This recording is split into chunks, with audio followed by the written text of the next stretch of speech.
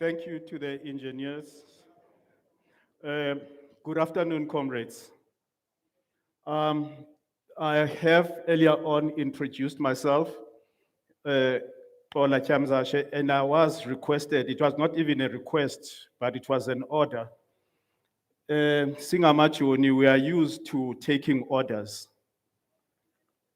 Yours is not to ask the reason why. So I think right now, comrades, we are officially starting now. It has been delayed. We want to apologize.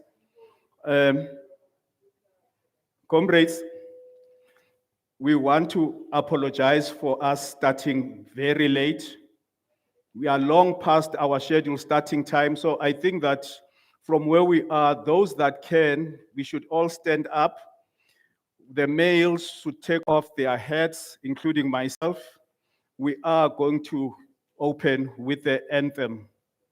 So there's going to be two anthems, the South African anthem and the African Union anthem. May we please stand.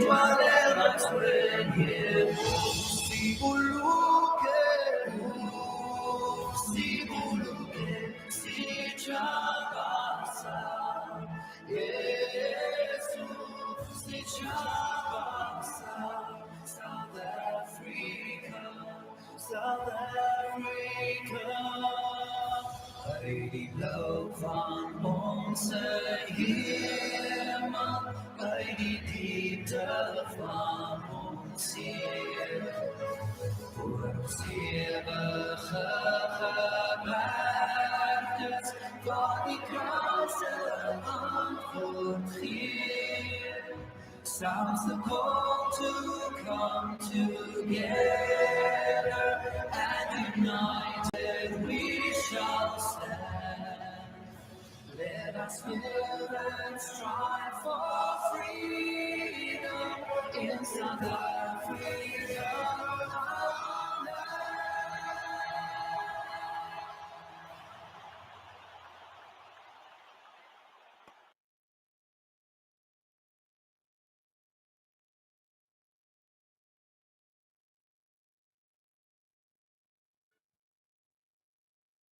Let us all unite and celebrate together the victories won for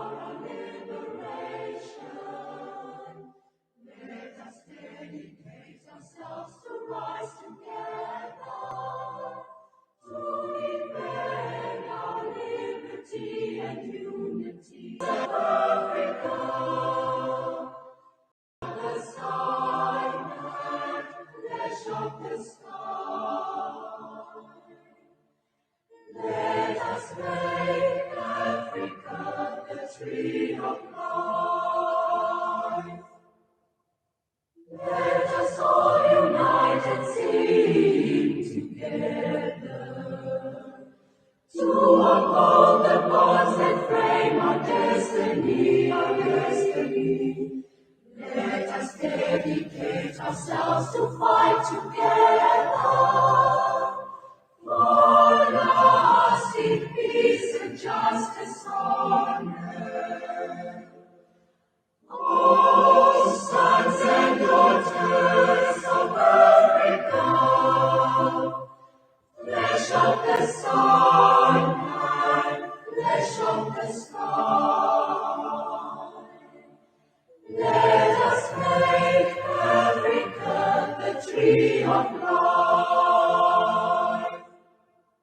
Let us all unite and toil together to give the best we have to Africa, the cradle of mankind and fount of culture, our pride and hope and break of dawn. Oh, sons and daughters of Africa,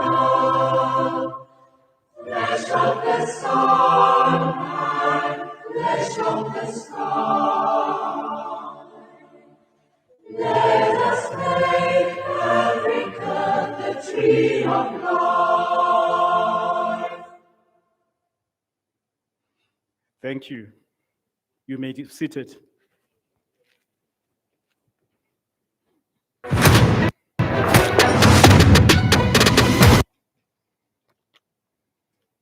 Good afternoon once again, colleagues, and welcome to the venue. Perhaps as before even my opening remarks, DG, I almost thought I was listening to the wrong version of our anthem when it started, but I'll not go further into that.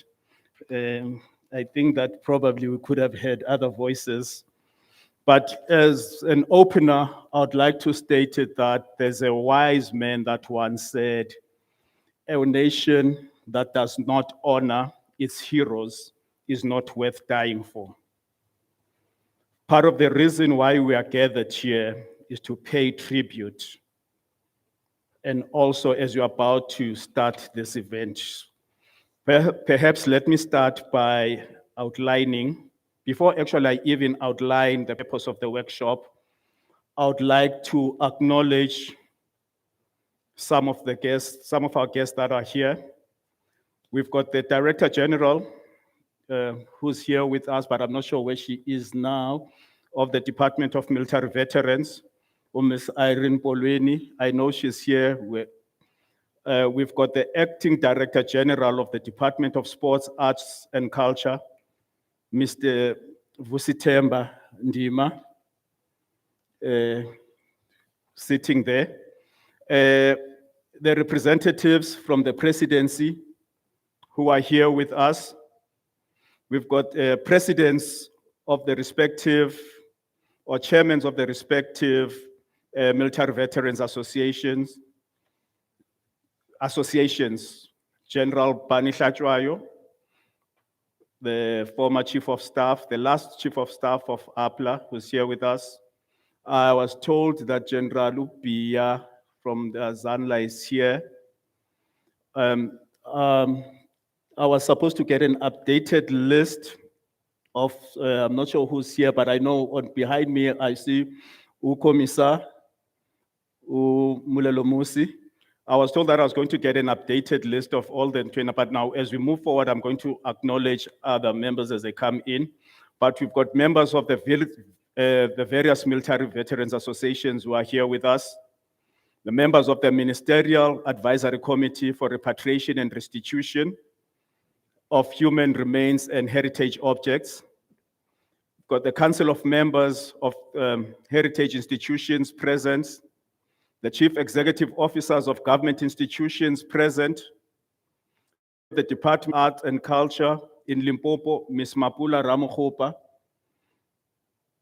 the head the head of Department of Sports, Arts and Culture and Recreation in Free State, Ms. Nogutula Tamai, representatives of national departments present, representatives of the Provincial Department of Sports, Arts and Culture present, representatives of the South African Local Government Association, senior managers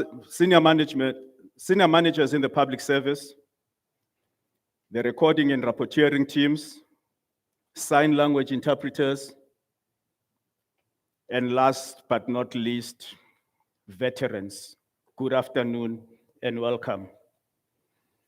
In my opening remarks, I did make mention of the fact that I stated that a nation that does not honor its veterans is not worth dying for. So I'll start with the purpose of the workshop. Probably a brief background as to how we ended up being here today and why we are here today. In November 2019, military veterans presented a memorandum of grievances to His Excellency President Cyril Ramaphosa.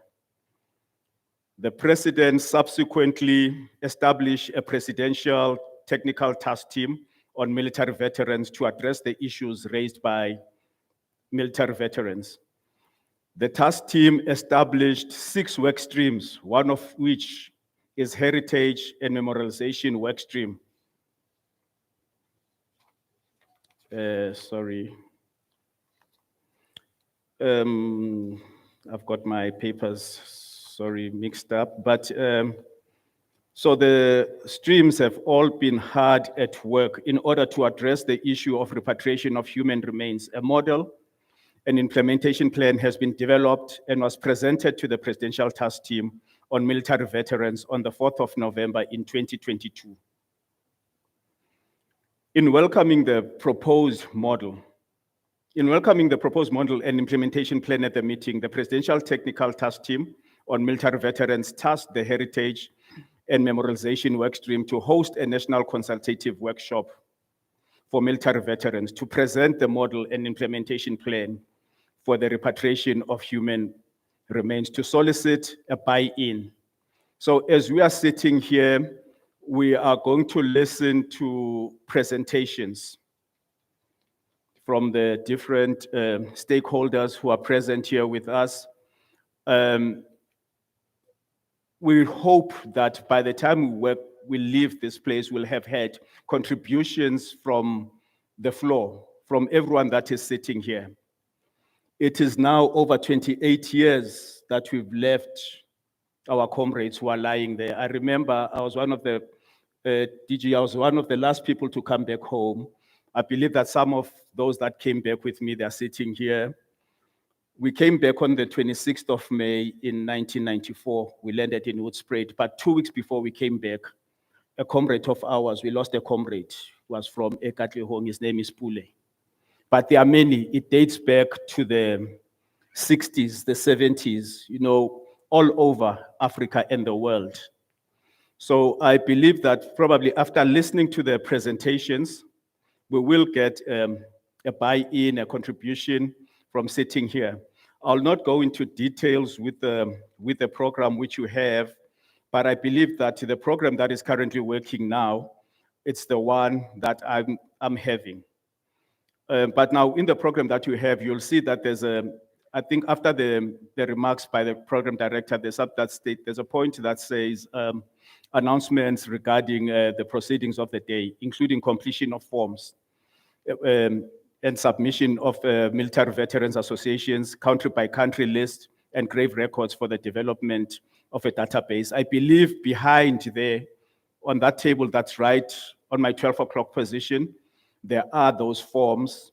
I believe there's 1 or 2 that have already been filled, but now I know that I already have my copy, which has also got a logo on it, which will be distributed, and we hope that these will be distributed. These are to be filled by families. These are to be filled by, some of the comrades that we left behind, they've lost their families, but we know who they are and where they are. And I think that is the role of this gathering today. Perhaps I believe that if you look, the next point on the agenda is the confirmation of attendance of the various associations. I believe that that is also being done currently because we have already done e-registration in the morning because we should all be having these, the cards. But now, before further ado, before waste of time, because as I've said that we've already wasted it, we've lost, not wasted, lost a lot of time, necessarily so, I believe. So perhaps I'll just shoot straight out. I'm not sure whether I should just read the entire program before I call in the speakers, or I'll just probably call in the presenters. Wait. Sorry.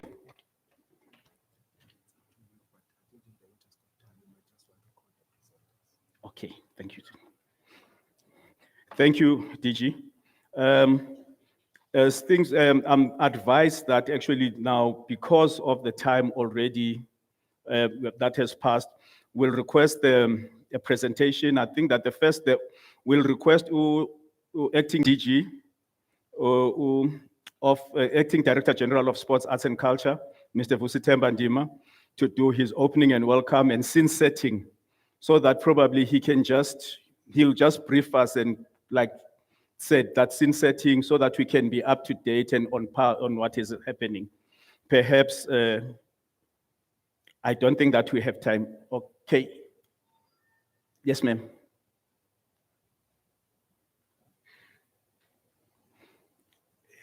Sorry, can we have a mic, please?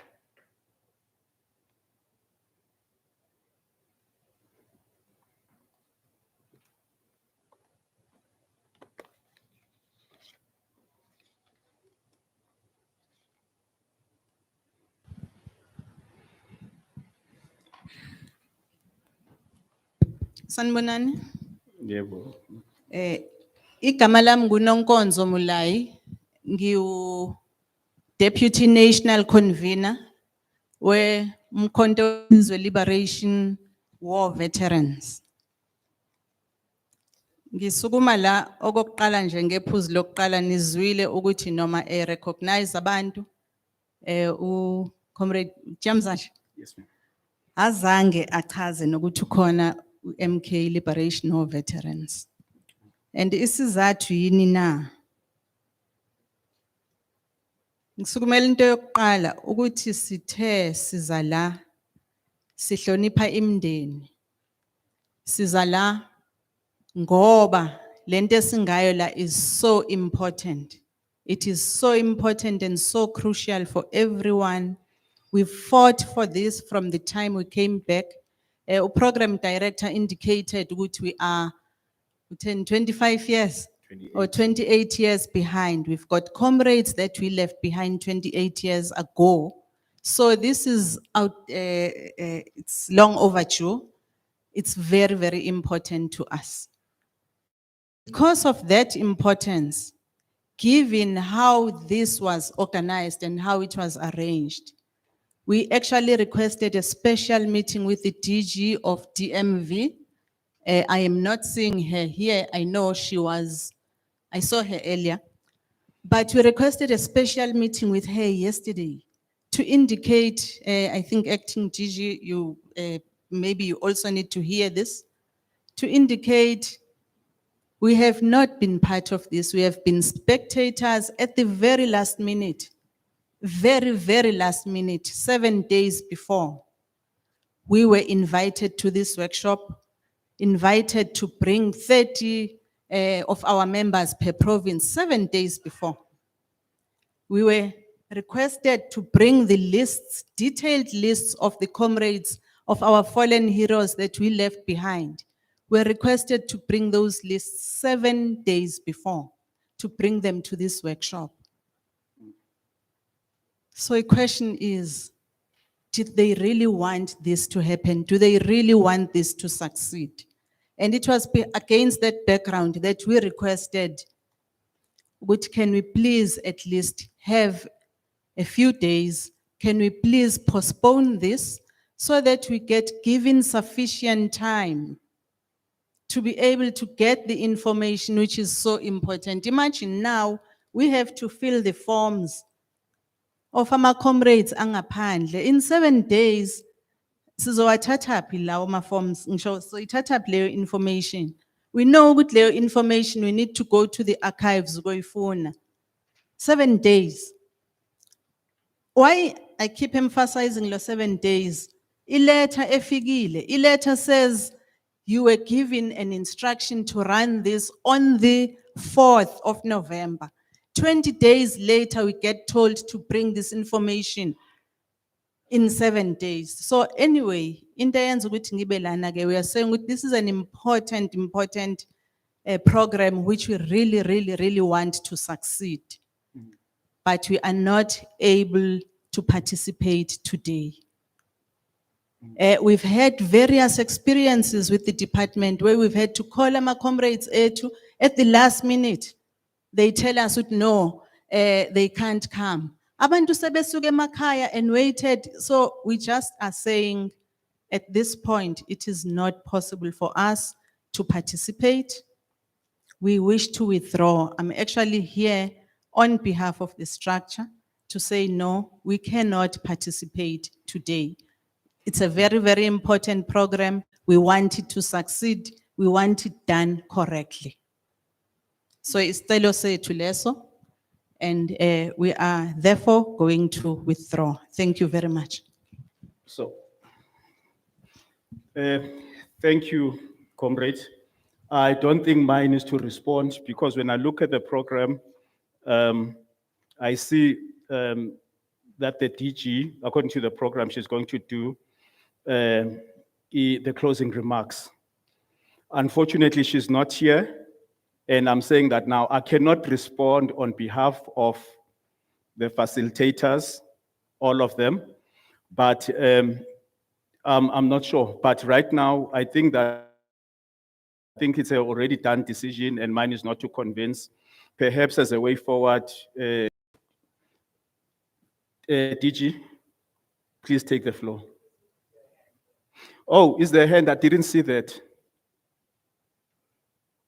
Please, when you get the mic, just introduce yourself. Thank you, comrades. My name is Joe Mashinini, a former member of Mkonto Sizwe.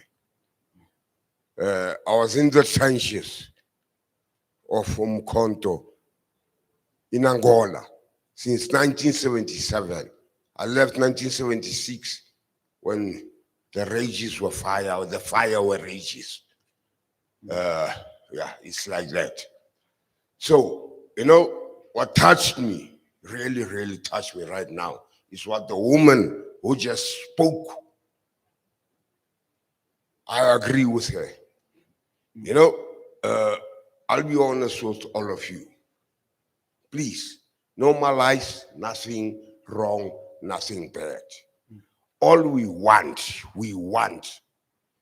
please, like I say, I came to Angola, 1977, when in Angola, there was still war, it was fighting. And the first aeroplane that brought us there, it was Agostino Neto, Oliver Tambo, and about 14 of us. We were the 4 people, 14 of us, to be the 14th first to be in Angola, SMK. I'm still here, I'm alive, by the grace of God. Okay, I won't say I've been where. All I'm saying is by the grace of God. But I was touched by what the lady said. Because, you know, when we talk about repatriation, we talk about our comrades. The people I used to sit with, somebody I used to talk to, somebody I used to laugh with, and it happened. Unfortunately for that person, Bamushapa, the ambush, we fought the wars, Likrisani, and you know, Yeah, comrade. we left a lot of people. Okay. So no, I'm not cutting you, comrade. I think that we read the message, but I'm quite certain that almost all of us can tell a similar story. So- Some stories are more painful than others, but now I've got a question. I'm not cutting you off, comrade. Okay. I'm not sure, you said you're standing from on Umkhonto weSizwe, and MKLSWV has said that they are withdrawing. So are you part of that team that is withdrawing? No. I'm standing in terms of Umkhonto weSizwe in Flay Off. Flay Off says we are certain. We are with you. Can you have a mic, please? We are with you. We are not withdrawing from anything. We want repatriation. That's what Flay Off military veterans are saying. We want repatriation. We want those comrades back here, home. We want them home. Ke bana ba ko gae ba. We want them home. That's what I'm saying. Mthandi, comrade Thandi. Direct point of correction. The formation which is withdrawing is Umkhonto weSizwe Liberation War Veterans, not SLWV. Oh, no, it was a slip of a tongue, ma'am. It was a slip. Please, I need to all this. No, whatever it was is a slip of happening- a. Whatever is happening here must be recorded. Yes, yes. ma'am. So it's Umkhonto weSizwe Liberation Jim. War Veterans. I thank you. I think it was a slip of a tongue. I will apologize for that. Thank you. That's okay. Thank you. Thank you, my sister. But what we are saying, Tuna, go Flay Off. We are saying, Flay Off. We are saying, our brothers and sisters, their remains, they have to be brought home. Thank You you. know- Thank you. Thank you. Acting TG.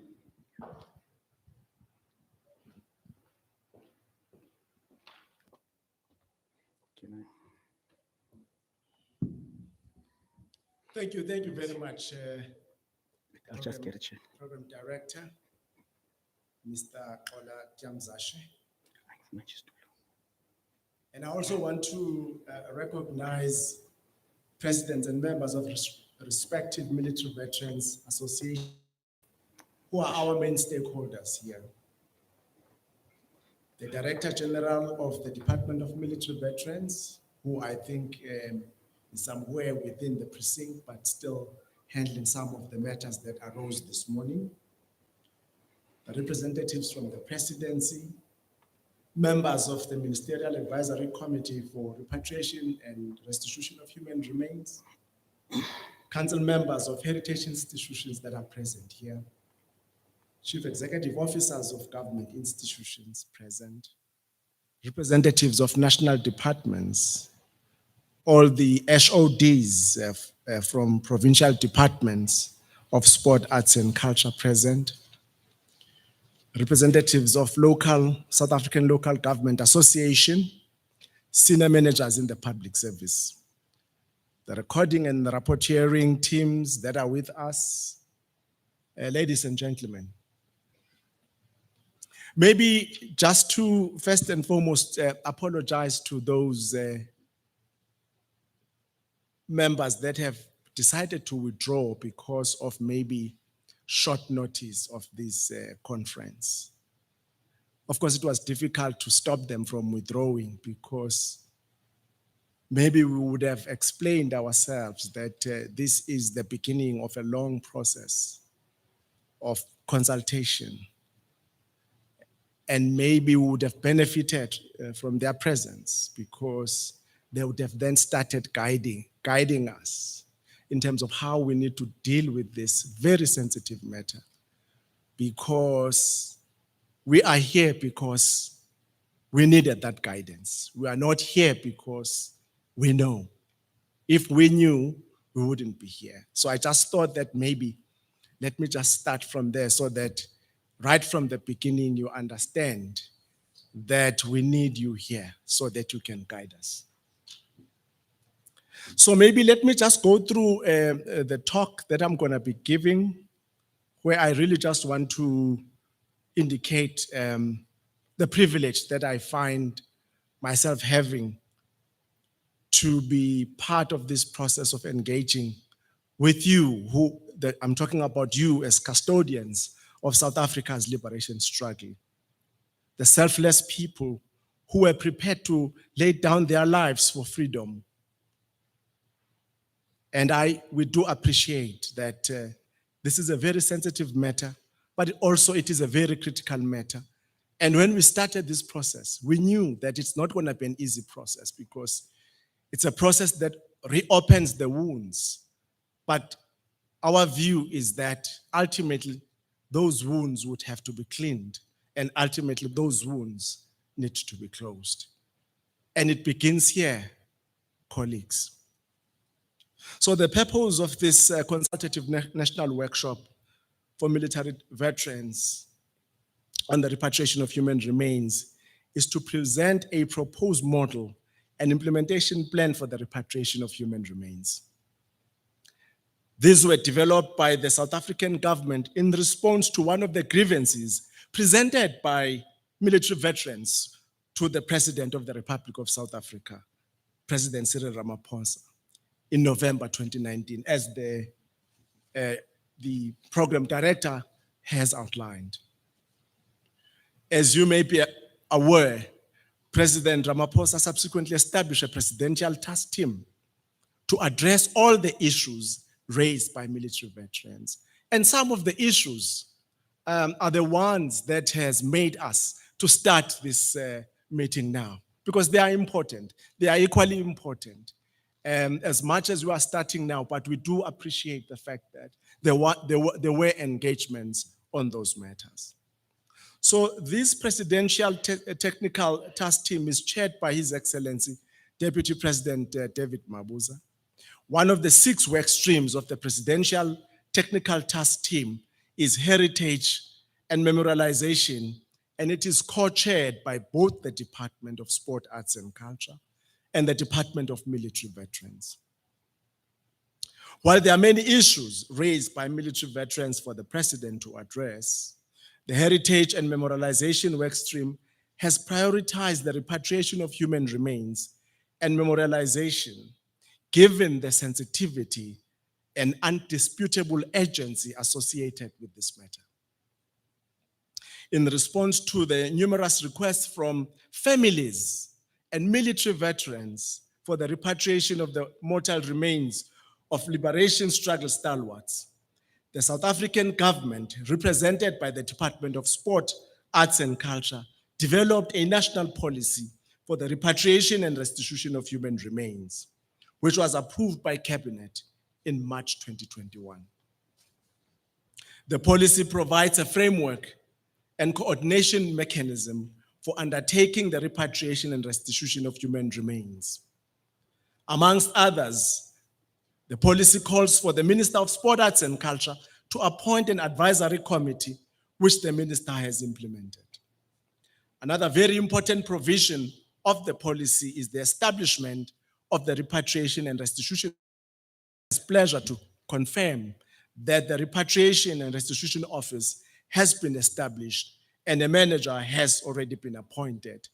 And I'm glad that he will have an opportunity to share with you some of the preliminary ideas that the agency has. Well, in their committee meeting of May 2022, the Ministerial Advisory Committee tasked the department and the sector to develop the best model and implementation plan for the repatriation of human remains. Now, the best model and an implementation plan. That's what the advisory committee was saying to us. But I can assure you that we won't be able to develop that best model and a best implementation plan without you. What we have today is just the framework that we want to say to you, look at what you have thought about. Is it the right thing to do? So that you are the ones who say, but look, if you want this to be successful, these are the things that you have to look at. So this assignment was achieved in a workshop that was hosted at the Freedom Park on 4-5 August 2022, which proposed the best model and implementation plan for the repatriation of human remains. The Heritage Memorialization Workstream subsequently presented the proposed model and implementation plan to the Presidential Technical Task Team on 4 November 2022.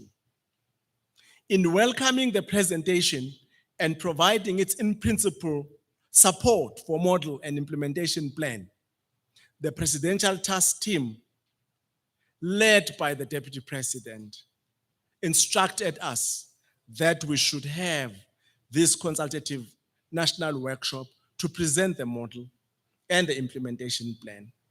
And we were given, of course, very strict deadlines, which I also want to appeal to you that the strict deadlines that we were given, they are the ones that has made us to convene this particular national workshop, because it was indicated that it should be before the 10th of December 2022.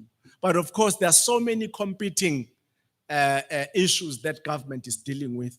We thought it prudent to give it that priority and call it as soon as we could. And of course, if by so doing we made a mistake, we would once again apologize to say maybe we were quick to call it, but the intention, we want to stress this point, the intention was good.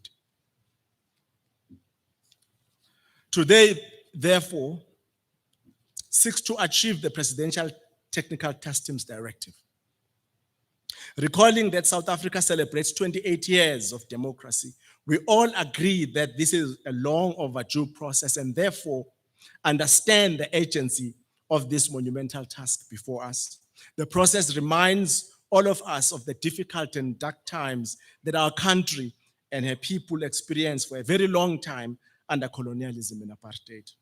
The painful truth is that the freedom we enjoy today, we attained through martyrdom, bravery, leadership, and distinguished services of yourselves as freedom fighters who sacrificed everything, including combatants who paid the ultimate price for the democracy that South Africa enjoys today.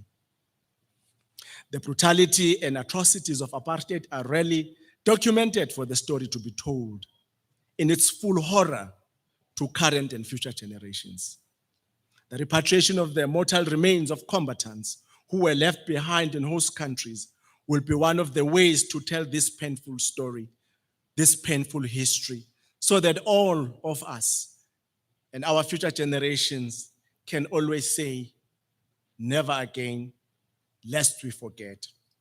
As the fight for liberation continued, South African liberation formations received various forms of solidarity and support from neighboring countries and from afar. After being banned in the country, many people went into exile and significant number of them died in those countries from different causes. Understandably, the South African government has since been inundated with requests for repatriation of the mortal remains of freedom fighters over the years. Until recently, government has been responding to requests for repatriation in an ad hoc and uncoordinated manner. During this period of a policy vacuum, government realized that the way the process was handled was unsustainable, as it was extremely costly, time-consuming, but also lacked proper coordination and consistency in terms of criteria. Hence, until Cabinet's approval of the repatriation policy in 2021, this area remained a policy challenge for South Africa. Some examples can be cited of repatriation back to South Africa, include the remains of Net Nakasa from the United States of America, J.P. Marx, and Moses Kotane from the Russian Federation in 2015. All these happen within the policy vacuum. Now that we have the policy, we need to then develop a model and an implementation plan so that we are more coordinated.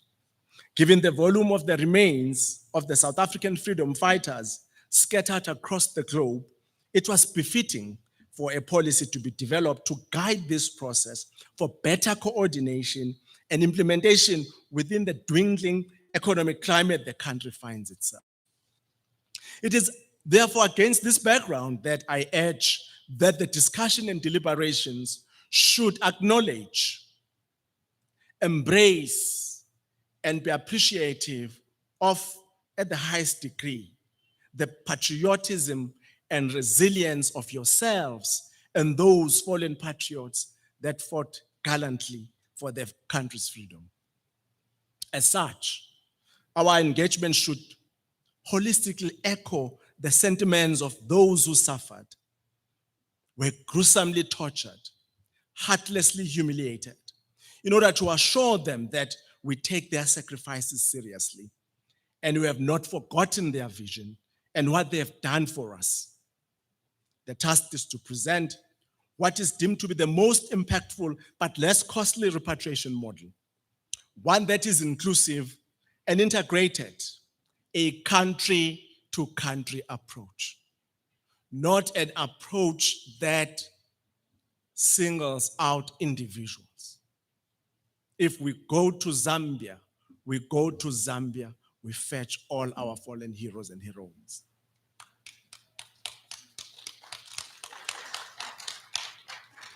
Its implementation plan consists of six stages: burial site verification, exhumation, confirmation of identity, return and reburial, and finally, memorialization.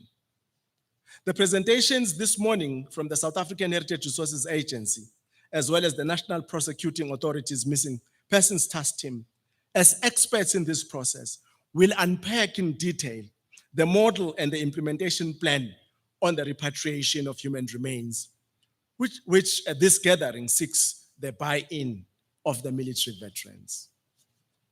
Today's deliberations, therefore, focus on how to bring closure to families who wish for the remains of their loved ones back home and contribute to the healing of the country.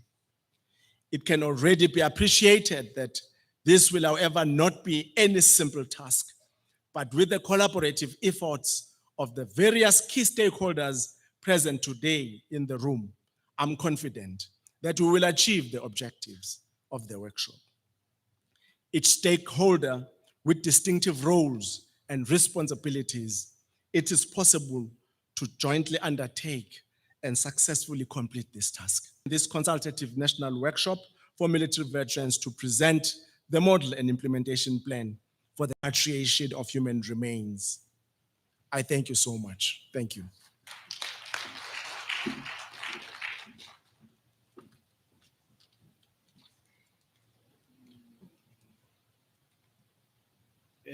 Thank you, DG. The scene has been set. This is a work in progress. And I think the scene has been set. We now have a feeling and a clue of why it is that we are here. And the importance, I hope, DG, that because now we would want to spread this message. If possibly you can, if there's a way in which we can get your presentation, we'll set it out so that each and every veteran that is out there, that served in the struggle, should get hold of this, and we all have a role. The task here does not necessarily belong to the Department of Sports, Arts and Culture, nor does it belong solely to the Department of Military Veterans. This is our task, and these are our comrades. Mabalandwe Makerila.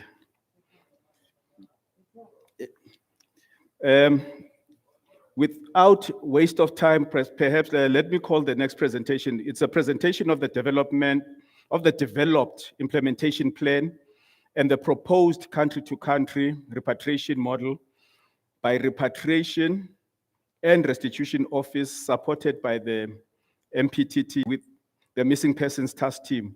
So perhaps the next presenters should be up front here. It will be Ms. Okenkhasi Lisawana, Mr. Troy Piri of the South African National Heritage Resources Agency.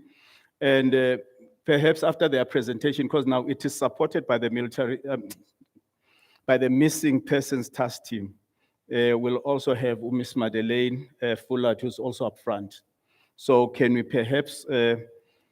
Nkhasi Lisawana, pardon the, I hope Kilvitz is right. Okay. It was the other presenter was going to be Dr. Mokhethi on the policy, so he can come after. Ntate Mokgweetsi. For the Okay. policy to set, just to explain the policy, but we can go ahead. So Because, it's not on this one.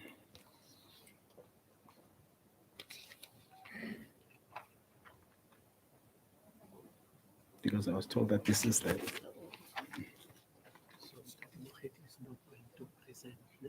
not, No, it's not. In the interest of time, because Mr. Ndim has already spoken to the police. oh, okay, thank you. Thank you, sir. So it has just been explained that Ntate Mokgweetsi was also supposed to present, but I think that Mr.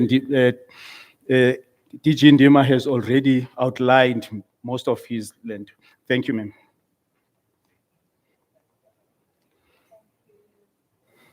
Sound? Is it?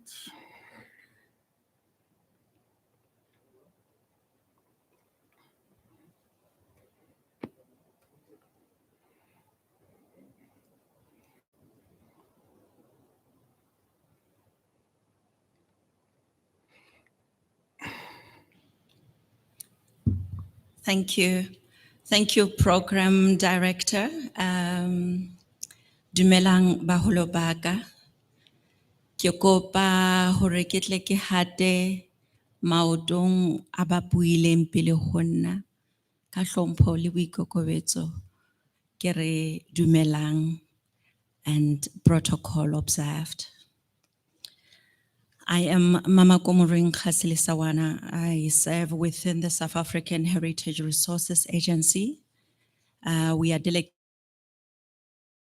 Oh, she's sitting here. Advocate Lungisa Magas. Our role today is to present ourselves to you as the Repatriation and Restitution Office is set up within SARA, the South African Heritage Resources Agency. This is a sign to say our government is putting systems in place to make sure that this process receives attention. So the Repatriation and Restitution Office has been set up within SARA. And so for any inquiries, then you know who to contact. We are here today to confirm that it has started. We have the manager, progress of putting in place, and the resources for the office to work are ongoing. But most importantly, we would like to introduce to you really an introduction, some of the activities that are planned within the implementation plan. What we have done and what the RRO is supposed to do is we are guided by the advisory committee that has been appointed by the Department of Sports, Arts and Culture to oversee the implementation of the policy. We serve as a secretariat for this advisory committee, reporting to the department, who in turn will report to various stakeholders, including the presidency.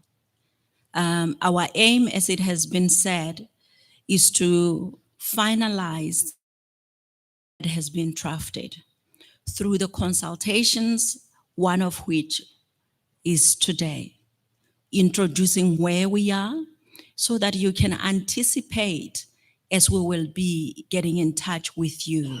So it's not a surprise and you're asking, who are these people, as we consult further to finalize this plan. Our work is clearly set for us and it's quite urgent. Most of it involves thorough research and consultation as an ongoing process.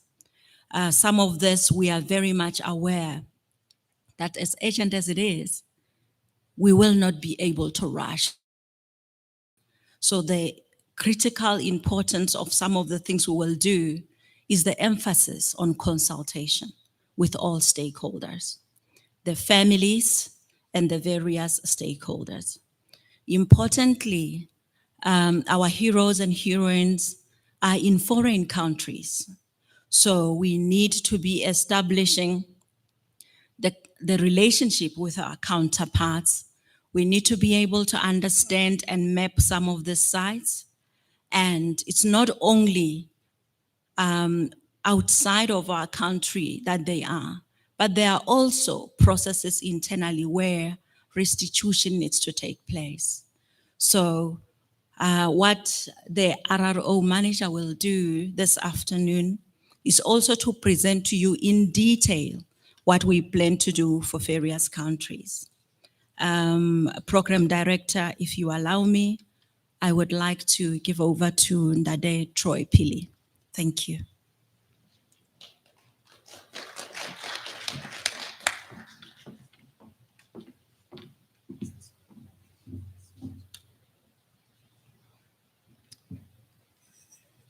Thanks to my colleague for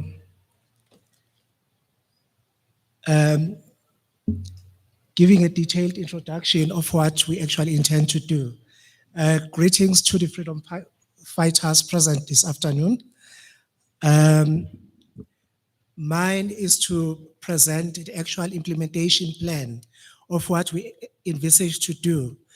But obviously, in terms of the time frames as to how much time we spend on the ground and exactly when are we going to be in each and every country where our heroes and heroines lie buried would actually be informed.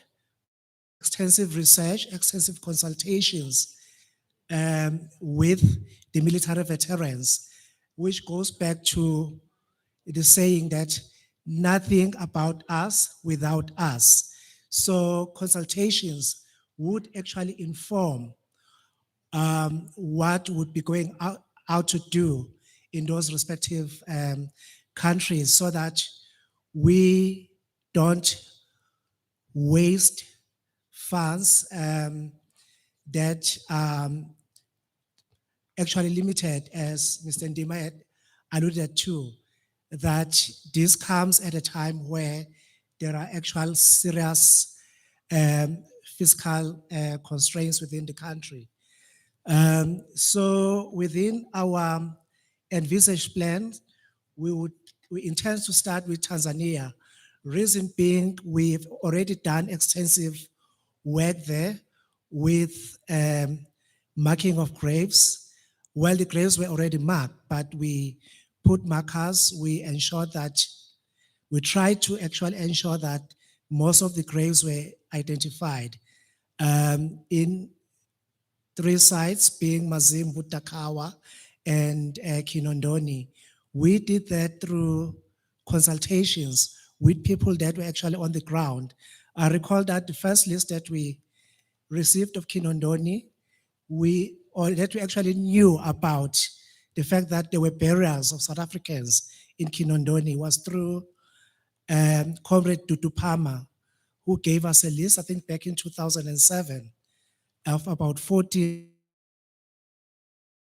We could actually see that there were more burials of South Africans through the markers on the graves. I recall seeing, I think her name is Irene Zulu, I'm not sure, of the PAC, but that name was not on the list, and many others that we've actually learned with the updated list that we have received, that we had actually missed out on those names. Further to that, there are 80 burials as well in Kinondoni, and that we missed when we went there because that information had not come forth, which meant that we had not done proper consultations and research back then. And the focus was more on sites that were not posing challenges, which is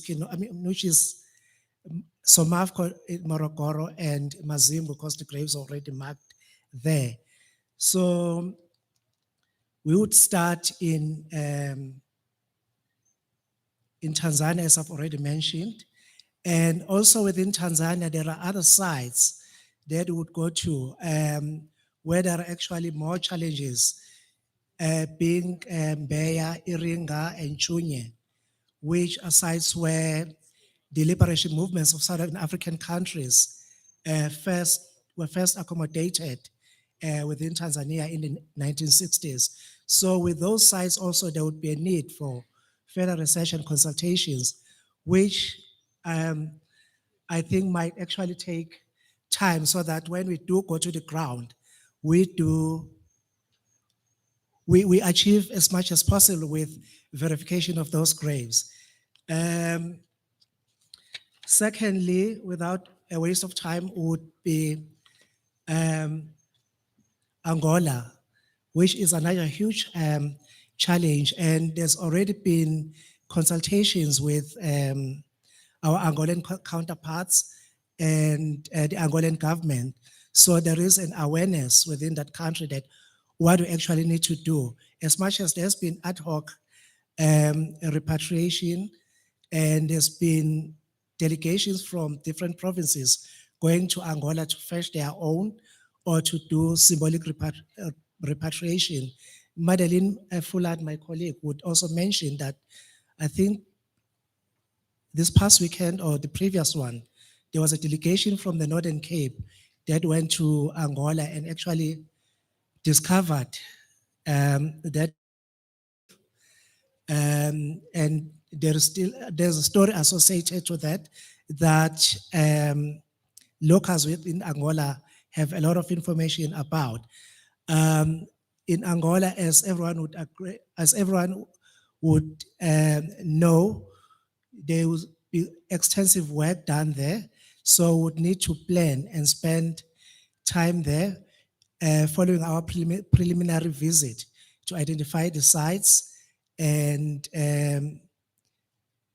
do whatever mapping and surveying and documentation of those sites prior to moving to the next phase, which Mr. Ndima mentioned, that exhumation would be the third and fourth phase of the entire process, which would also go hand in hand with consultations with families, because those remains actually belong to the families, of which also within that phase, the military veterans would be quite important to assist us with locating families, assist us with collecting information, and be able to account to those families as to what actually happened to their comrades, the fallen combatants, so that there is closure within those families as well.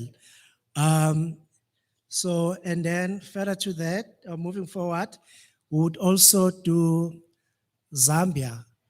Well, there are requests from different families about Zambia. Also within Zambia, I think it is known where, I think there's only 2 sites, one within Lusaka, cemeteries actually, and then Livingstone, where there's about 6 or 8 remains of the fallen combatants, but mostly are in Lusaka, they are known. So, and then we've also done some work in Mozambique. We know where the graves are, and there might be a few that we don't know of. For instance, we don't know about the PAC, whether there was the presence of the PAC or Azanla within Mozambique, and where the graves might be, or there might be some civilians from South Africa that were in Mozambique that were not part of the military formations, but were in exile due to to the fact that they were pushed out of South Africa. So that also would cover. And Botswana, we've done some work there, and there's been exhumations in Botswana, and we would need to, for instance, check with our provinces, check extensively in consultations with military veterans as to who was exhumed in Botswana and which other graves we could have missed in identification. And same with Zimbabwe. Well, there are challenges there as well with the earlier campaigns like the Spolile and the Waki campaign. So there's still a need for extensive research within Zimbabwe. And Lesotho also There's been exhumations there, and would also need to do some kind of research, also consult with locals within Lesotho and the military veterans to sort of inform us where those burials are located. And in terms of the technical teams that will be going out to those countries to do grave verification, identification, documentation, mapping and surveying, would include officials from SARA, officials from the Missing Persons Task Team, and the Department of Military Veterans, so that we ensure that there is a coordinated approach and we work together to achieve what we've set out to achieve, and ensure that possibly everything is actually done properly within specified timeframes. If, for instance, we set ourselves 10 years, then within 10 years, we ensure that we would have tried and brought everyone back home, done everything properly, do the memorialization of sites, as Mr. Ndima has indicated, that within those countries, there's been extensive memorialization of our fallen heroes. There are memorials everywhere. And if we, for instance, take our own and bring them back, we would actually need to memorialize those sites so that it's known that South Africans fell in those areas and were buried there and were exhumed and brought back home. Also within the respective areas, localities where they would be buried, we would need to also make sure that there are markers on those graves, because unfortunately we can't have a national heroes acre like other countries do and take all those remains there, because they actually belong to the families.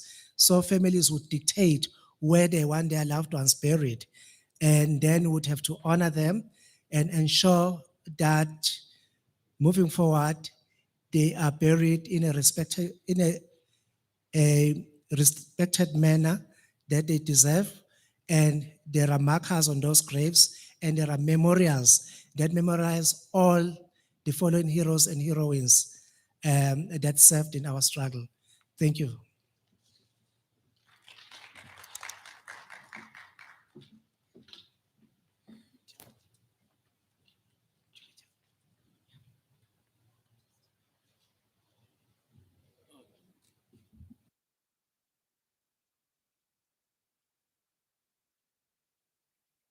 Perhaps just before Ms. Fullert makes a contribution, I just need to make mention of the fact that actually the presentations are in your packages that are in front of you.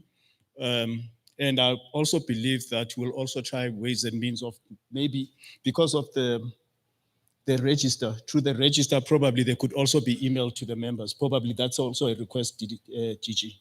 Thank you. Ms. Fullert?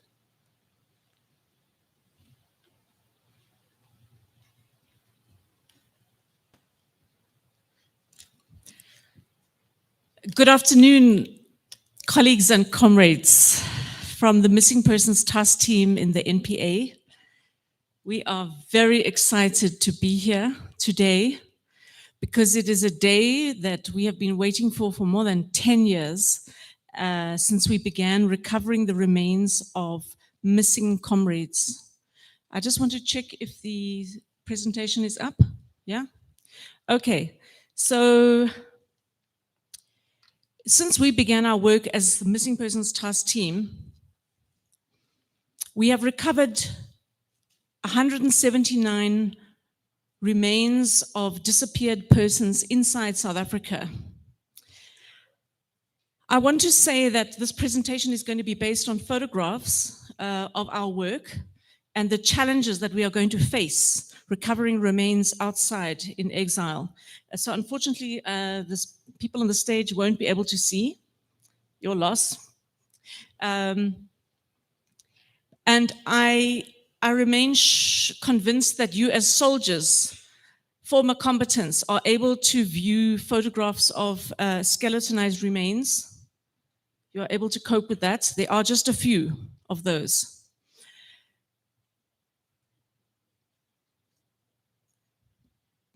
As the Missing Persons Task Team, we have worked with a range of different kinds of recovery environments, like cemeteries, very organized cemeteries, totally chaotic cemeteries, clandestine burial sites, informal burial sites, village burial sites. We've worked with different kinds of injuries and cause of death, burnings, a gunshot, fragmentation from explosions, car accidents, dismemberment. And so we are accustomed to doing identification. Okay, there's a photograph of our team recovering the remains of Pamela Plus on a farm near Zeerust. We also are accustomed to DNA in cases where there's insufficient information to make identification on the remains alone. We have used DNA in about 30% of our cases. So what I'm going to talk to now are the different kinds of challenges that we anticipate facing. I must be honest and say, as Missing Persons Task Team, we have not been to view these contexts yet. We've only been to Swaziland and Botswana. But we have got visuals and so on that we will speak about. And you, of course, know, and there have been changes that are going to impact on the recovery. So let's start with Tanzania. Let's look at the kinds of contexts. So in Tanzania, we are looking at some very organized burial environments where there are individual graves that are individually labeled. This is the best kind of scenario, of course, where there would be minimal DNA requirements for recovery and identification. We even have some maps that are available that identify the individuals in each grave. In Tanzania, we also have burials in municipal cemeteries, in Kinondoni Cemetery in Dar es Salaam, for example. I just want to check that.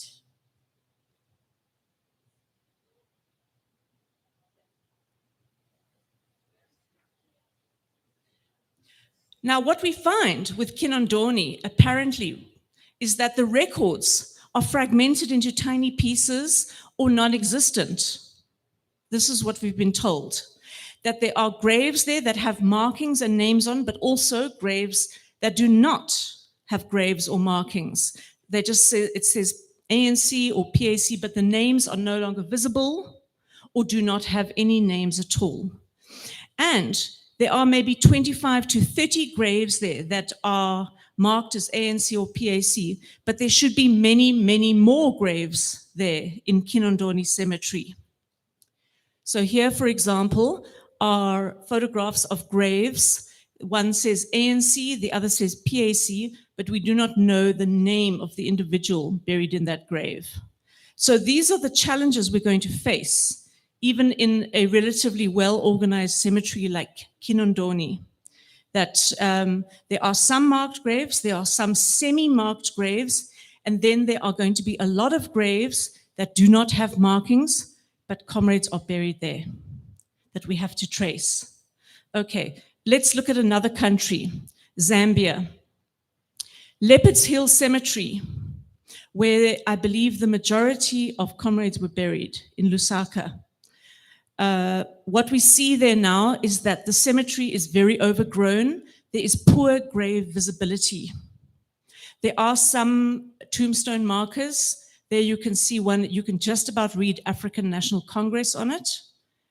There, for example, again, some headstones are unreadable. You can read African National Congress, born and died, but nothing more.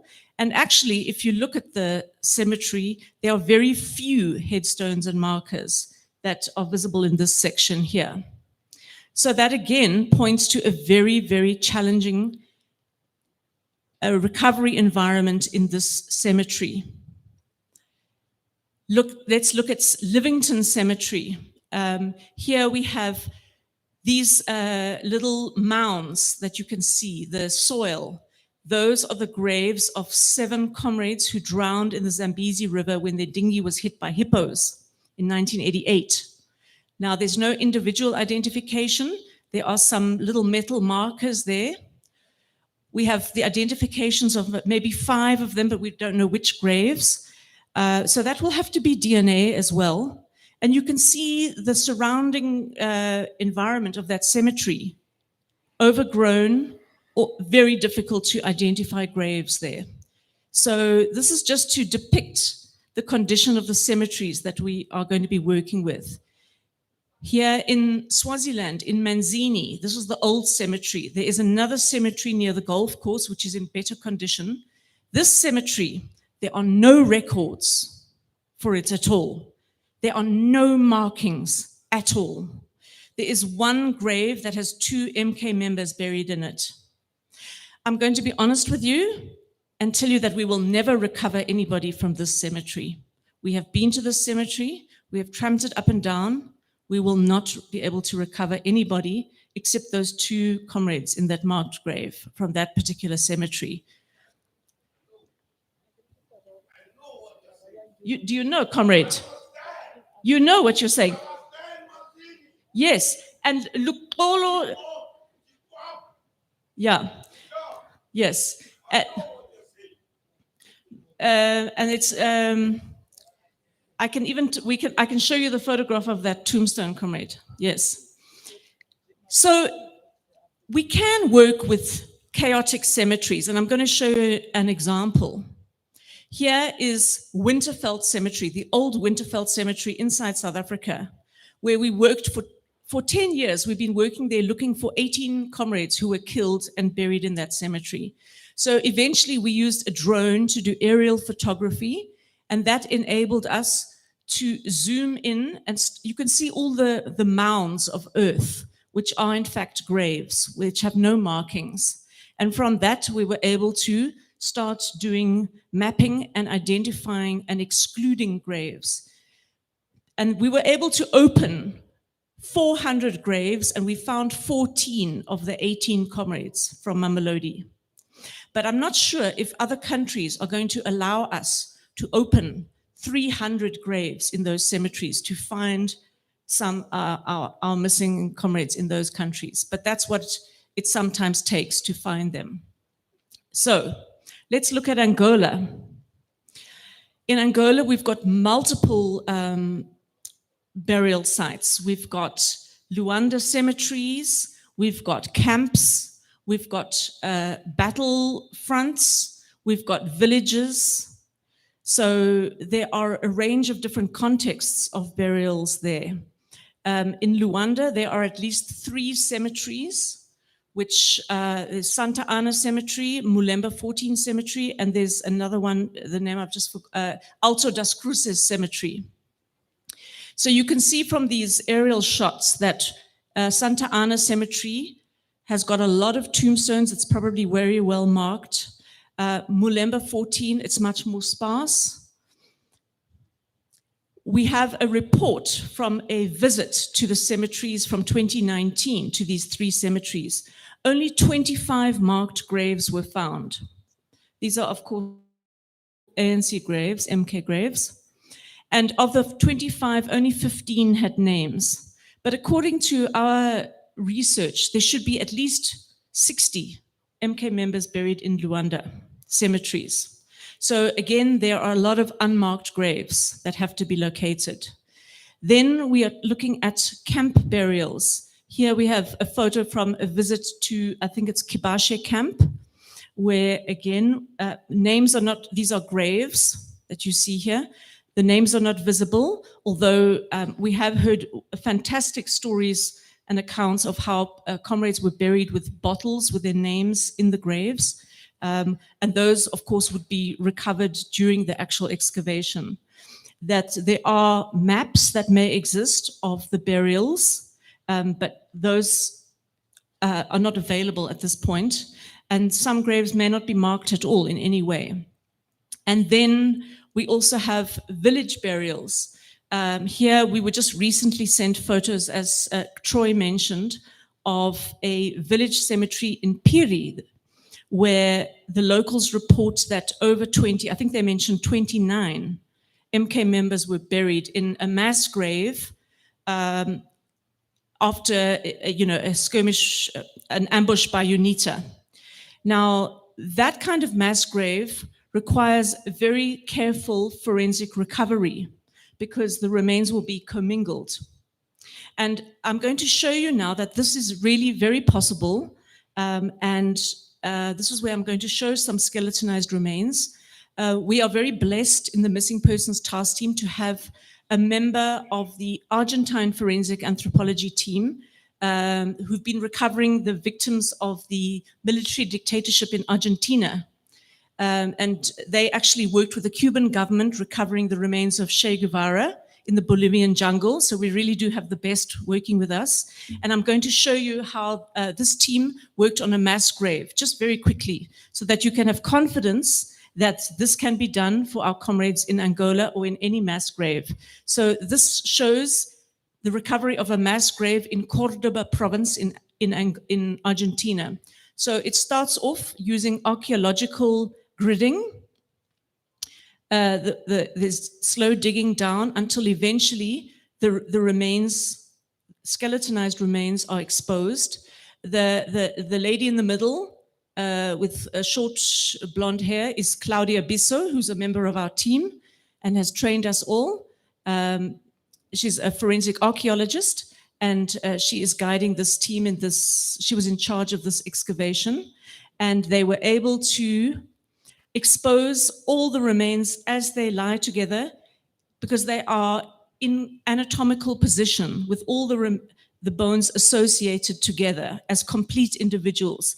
And they were able to number each individual and ultimately recover each individual complete, and were able to do DNA identification on each complete individual.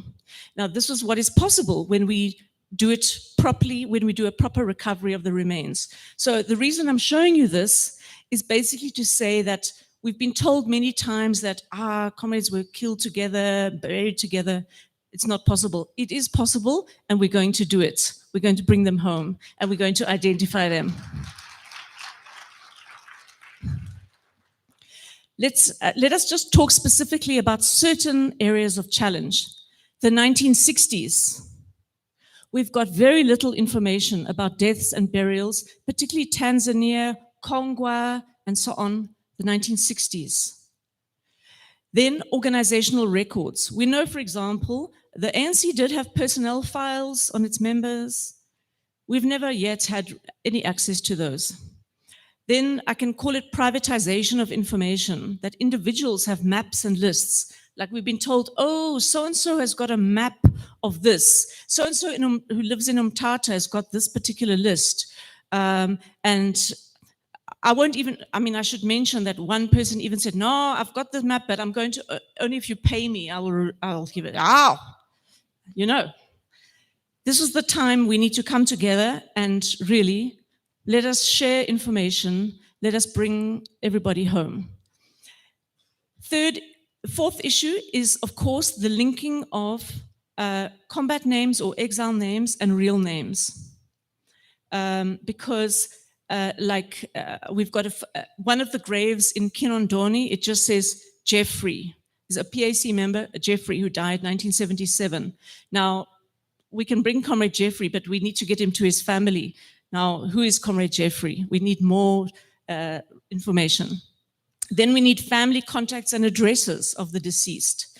And then let me tell you, tombstones are not always reliable. We've had a situation now where the victims of the December 1985 Maseru raid, the tombstones were erected many years after the raid, and they were put on the wrong graves. And families have gone and exhumed those remains, and we have since discovered those were incorrect exhumations, and we are having to repair that now through DNA. So the fact that there's a tombstone there, you don't know the history of that tombstone. unless you were there. Maybe that tombstone was on using someone's memory. We don't know. Tombstone is not always a reliable indicator. And lastly, our recommendations. We would like to see comrades forming country reference groups. Maybe you spent 5 years in Angola or 10 years in Tanzania. You have expertise in that particular country. Let us form country reference groups for each organization, an Angola group, Tanzania group, and so on. And let us look particularly for medicos and those who dealt with the bodies of the deceased. Let us focus on the recovery of maps and documentation, and let us share, finally, at last, organizational files that can link exile and combat names and real names, and that can enable our comrades to come home. Thank you very much.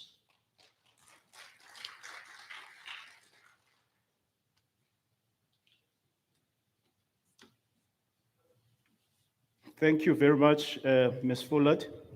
As I move back up, thank you.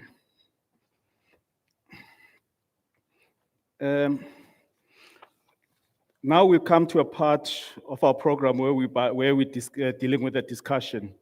Remember now, as expected of us, now this is where we expect to make our own contributions. So now what you're going to do, because of time now, as we've said, we're going to request about probably 10 minutes, a presentation of what it is that the associations that are represented here expect out of this, or suggestions.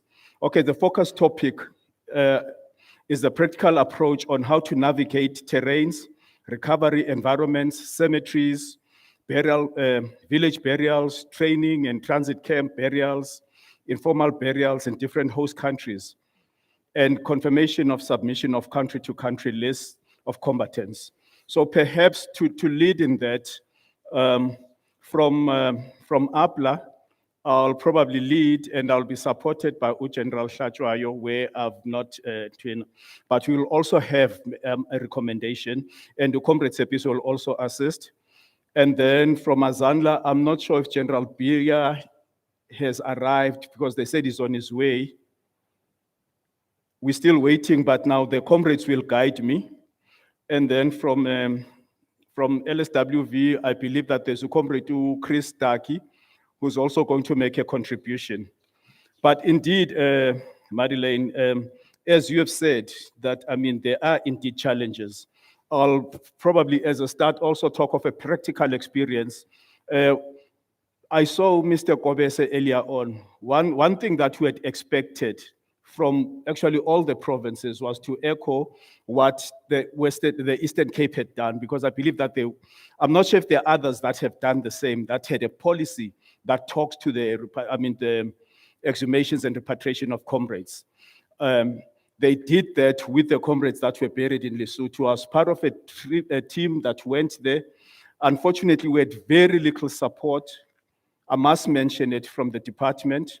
I actually went there by taxi and was fetched at the border by Comrade Tutola Mketi, because now this was the part where we were exhuming and repatriating his brother that died in Lesotho.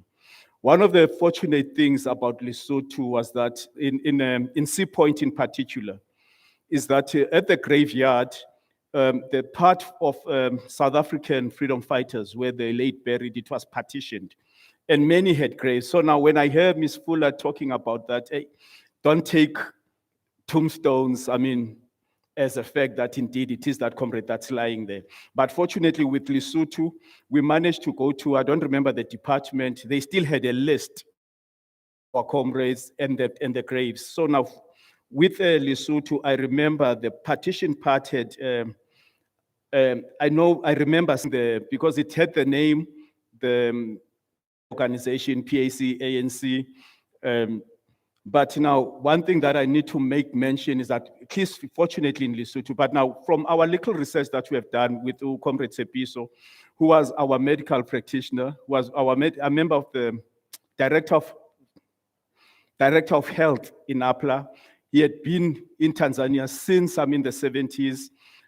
Fortunately, the house that I stayed in was opposite Kinondoni. I stayed there for about 2 years.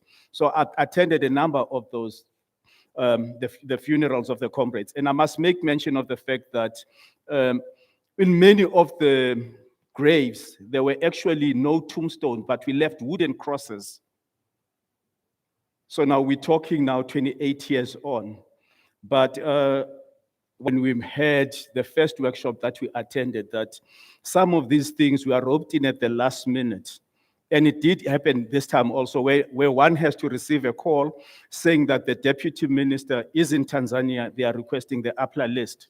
They're already in the cemetery, but now the question is, but how did they end up there? And when we've got people, I mean, the fact that this is about us, and now there was nobody that was consulted from us.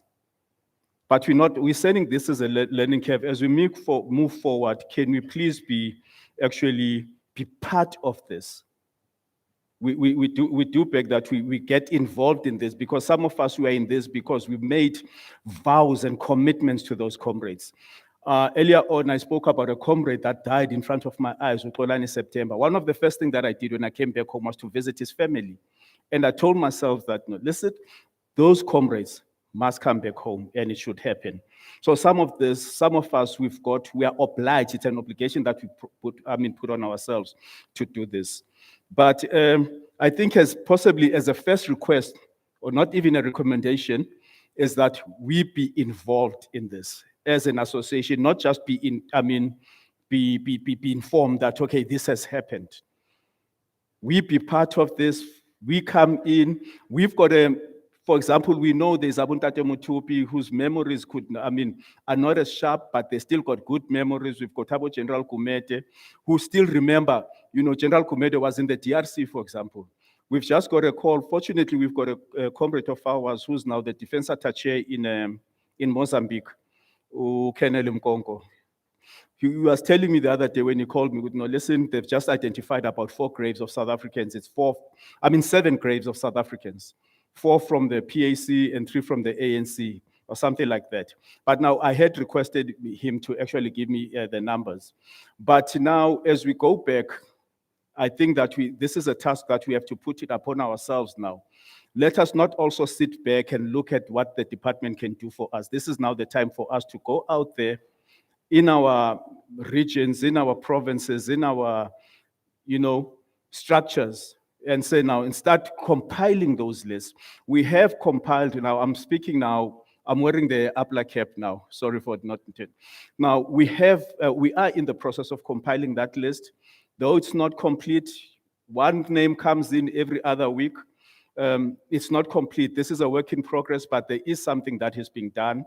And we hope that we do get full support, because now our main mode of support, our main support comes particularly from the Department of Military Veterans.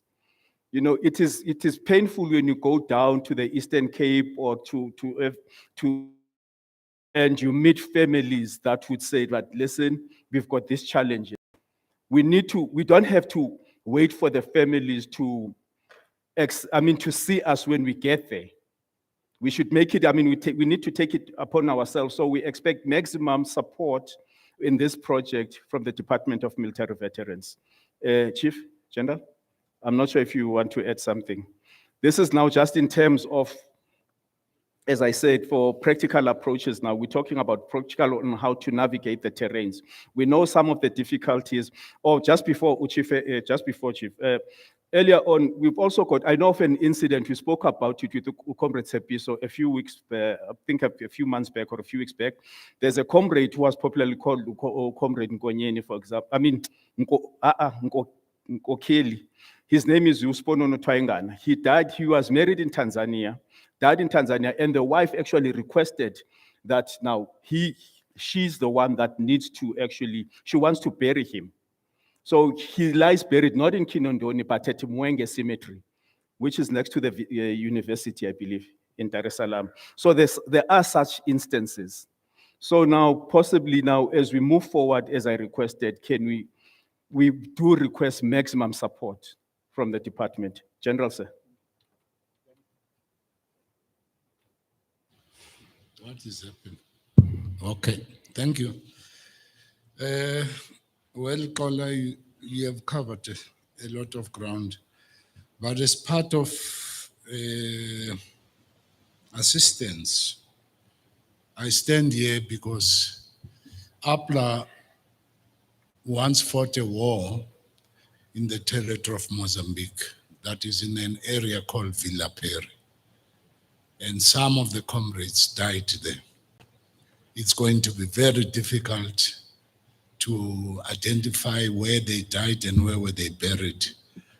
Probably here, what we require is that our government at times must assist us to negotiate with the governments of those countries. I'm mentioning the Villa Peri group, but equally, during the PAC crisis in the early 80s, we had comrades that passed away through, what do you call this, impromptu floods, an area that normally doesn't flood, but because we had a lot of rain and our truck rolled and we lost, I think, three comrades there. And they were buried in a place in Bear. And the last time I remember visiting that area was earmarked for development. So one may not be in a position to actually say these comrades were buried here.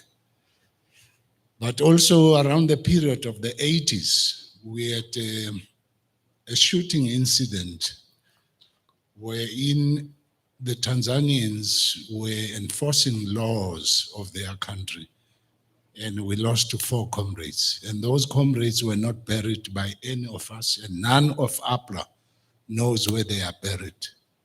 Probably it would require government to government to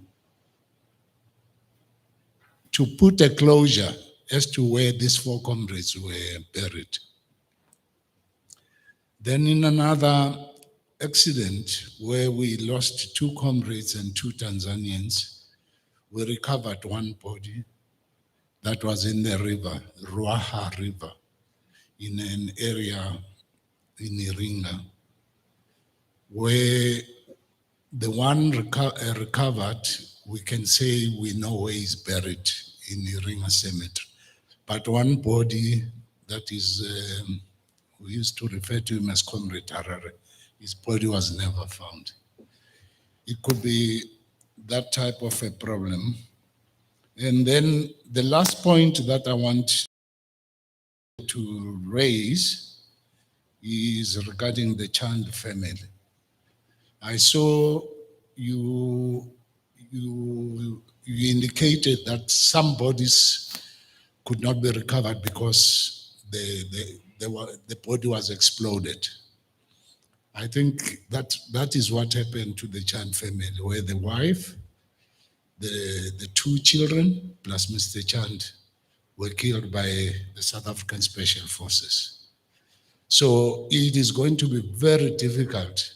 Probably we can point the area that this used to be Mr. Chan's property, where he had a house and a shop.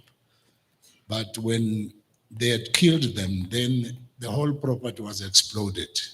So it's not going to be easy to find some closure in such a situation.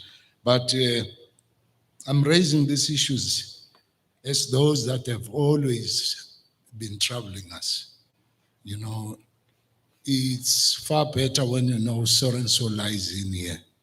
But when you don't know, a body was never recovered, it becomes a problem. And as Kola was saying, some families, whenever they meet us, they still want to know, where is my son? Where is my daughter? What happened? And if you cannot explain adequately and have sufficient scientific, probably evidence to make the family understand, like If I speak of Harare, we tried our level best in that river. I think we camped for 2 weeks, and the 2 weeks we couldn't find Harare. But the 3 bodies, 2 of Tanzanians and 1 our driver, was recovered. I just wanted to raise those issues. Thank you. Thank you, General. I think that what just in closure now from my contribution before I call the Azanla, presentation from Azanla, I'm not sure if General Bia is here. Can there be an indication if General Bia has arrived? Okay, but now just in turn, I think one of the things that we should also take up now as military veterans is the fact, is the issue of the country reference, the reference groups. I think that's a really brilliant idea, whereby even it could even be generational, because there's no way that at my age I would know who passed on or who died in 1978 when I was not there. And there's also the issue of which was mentioned, I think, in the previous workshop that talks to the spiritual repatriations. There's an issue of the spiritual repatriations, and also it should be noted that the list that another request that we have is the issue of the monuments. We've got comrades that lie buried in Kinondoni, and there's not even a tiny monument that talks to that. We've got comrades that are lying in Kakao. We've got comrades that are lying in Utumbi. We've got, so there are graves there. I think the ones of Kakao, if I remember very well, they are actually marked. And Comrade Seppo can confirm that. But I think that will be all from our side. But we believe that this is a continuous discussion. Comrade, are you going to come up and probably General Bia, or should we call Comrade to Chris to come and make it land? Okay, Comrade Chris.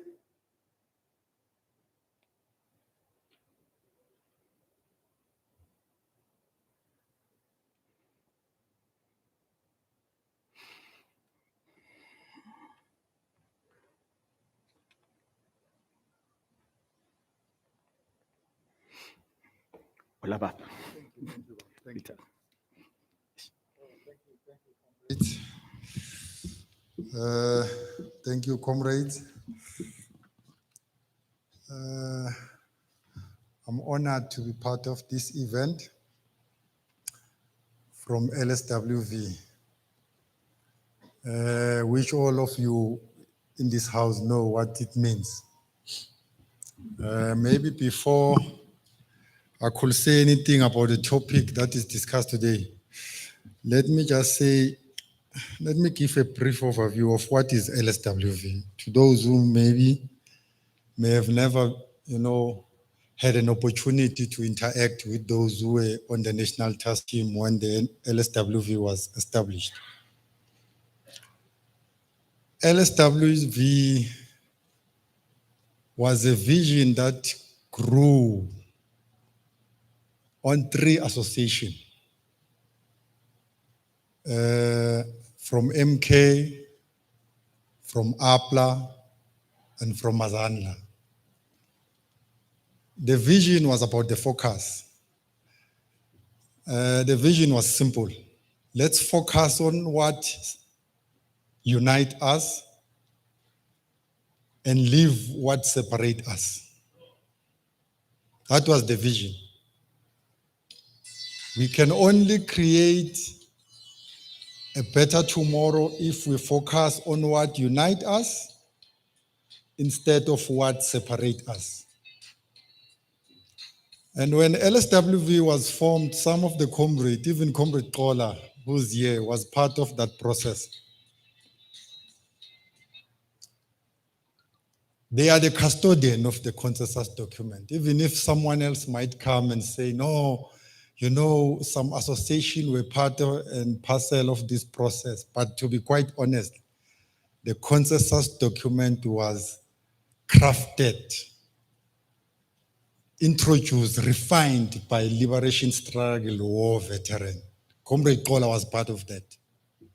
From coming up with a suggestion that there must be work stream, in order to tackle each and every problems that the military veteran, especially those who were liberation war veteran.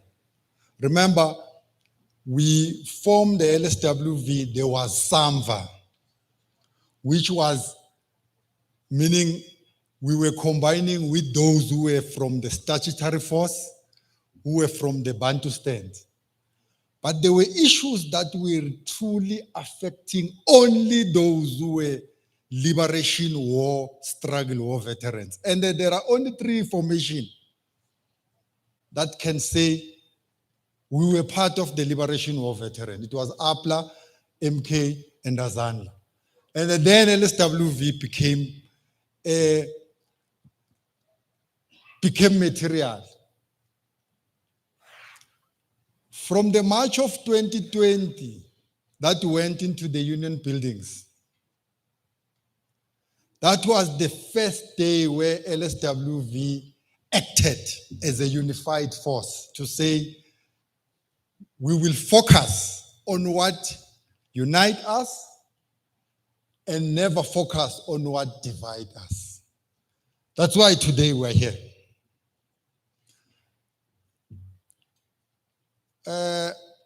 This issue, there were comrades who were on the work stream that was dealing with the issue of repatriation. They are not part of this because, as you know, what happened from yesterday up to today, the poor coordination of bringing comrades from different provinces to come here. But anyway, I'll appreciate what the DG did with the officials to come and sit with the comrades and listen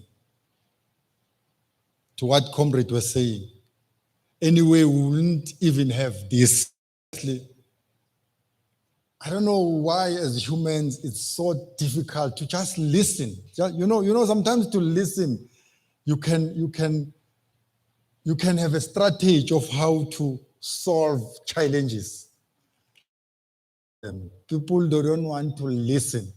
They find it difficult to listen to someone else, but it's easier for them to speak to other people. Comrades, the bones of our comrades are really, really important. I remember when I was at Mkakao, there was a book that I once read of an esoteric knowledge, which referred 3 parts in the Bible that was talking about books, about bones. There's a part in Genesis where Joseph was telling, when he wrote the will to the Israelites to say, when you leave Egypt, take my bones with. There's a book of Hezekiah that says, speak to the bones. You want life, speak to the bones. And when the prophet spoke to the bones, the bones combined. We all know those books. And besides, in our own African culture,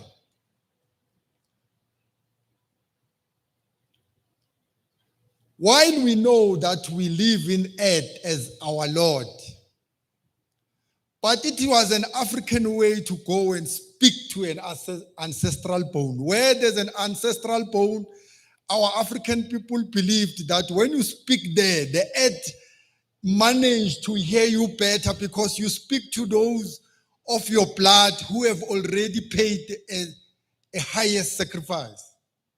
Now it's important, and we are so grateful that the department has taken this, collaborating with other departments in government to ensure that our comrades are coming back home. I still remember while I was also in Kakao, I used to smoke next to a cemetery of comrades who were former APLAs.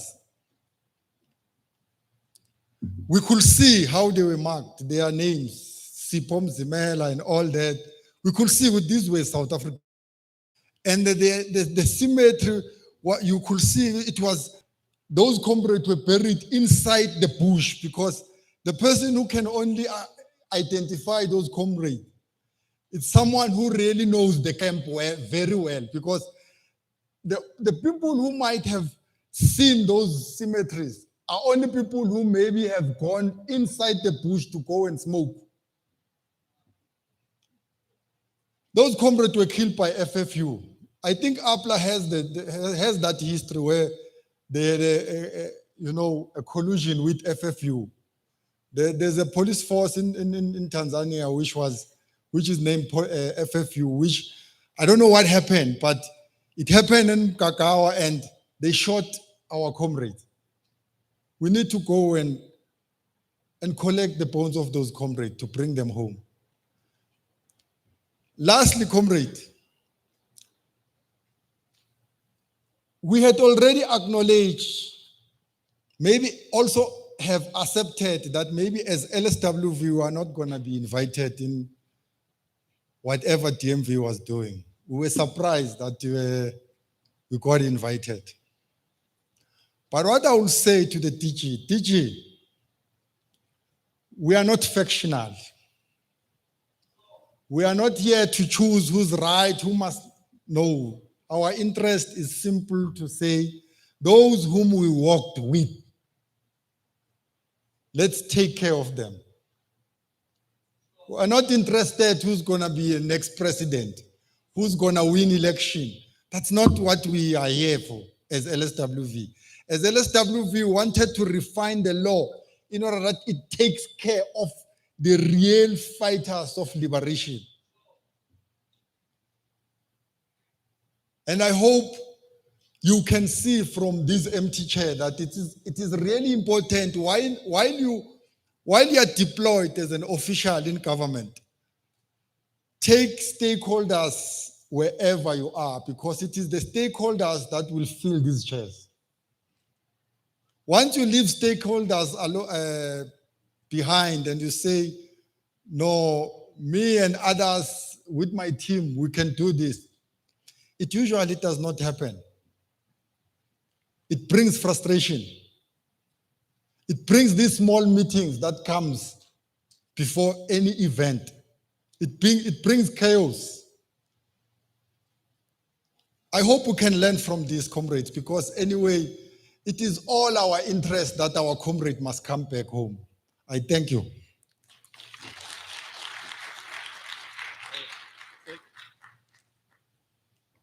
Is this thing on? Yeah, it's on. Oh, thank you, Comrade Chris. I was just consulting with the colleagues there to find out what should happen. Do we break for tea? But before then, I would possibly, but before we go to, because whilst we are waiting, because I was told that General Bia is on the way, he'll be here in 20 minutes, possibly to give that 10 minutes. I think it would only be fair to give some few hands of people that feel that any contribution from the House now, from the veterans themselves, that I could have talked, but Mklambu Comrade Juili has something that he knows or feels that it should have been part of our contribution. So by show of hands, perhaps 2 or 3. Okay, you'll start, my brother, I can't see clearly with a green cap, and Comrade yellow t-shirt, and number 3 behind. Can we have the roving mics, please? Okay, 1, 2, and 3. Any other hands? But can you start with can you follow that procedure? It's 1, 2, and 3. Okay, I'm taking a maximum of, I see hands at the back before you start. I'm taking 3 hands. Now, it's these 3 hands. Can you hold, okay, no, let's just take all of them. The last 3 hands, it's 1, you, my brother, 2, 3, thank you. So that will be now 4, 5, 6, thank you. Start, comrade. Can you just introduce yourself when you... Afternoon, comrades. My name is Walter Lukuleni, ex-arms courier of the APLA forces. Comrades, I think there's one thing that is troubling me in this process. I am in full support in bringing back the bones of those who paid the ultimate price. But I think we are missing one point, that some of the comrades, who some of them I'm personally aware that have children who passed away, they passed away in exile, but have children that they were born there with nationals of those countries.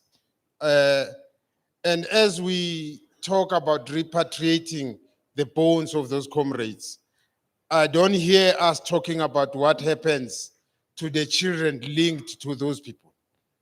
I've heard in one presentation where the wife of the comrades chose to bury the comrades, but there are situations where the comrades had children, but when they passed away, the children were actually not part of the funeral.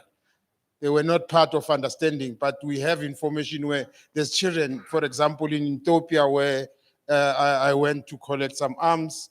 I know of comrades who had children who were, in the African sense, were married technically, but when they passed away, those children are left in limbo. Is the repatriation of the bones also including those children? I think that's my question. Thank you, Comrade Walter. Who are still alive. I hope that the scribers, both from the department, but from both departments, the Department for Sports, Arts and Culture, and the Department of Military Veterans, because I think that particularly Department of Military Veterans, I believe that point speaks to them. Thank you, Comrade Walter. Number two, Comrade.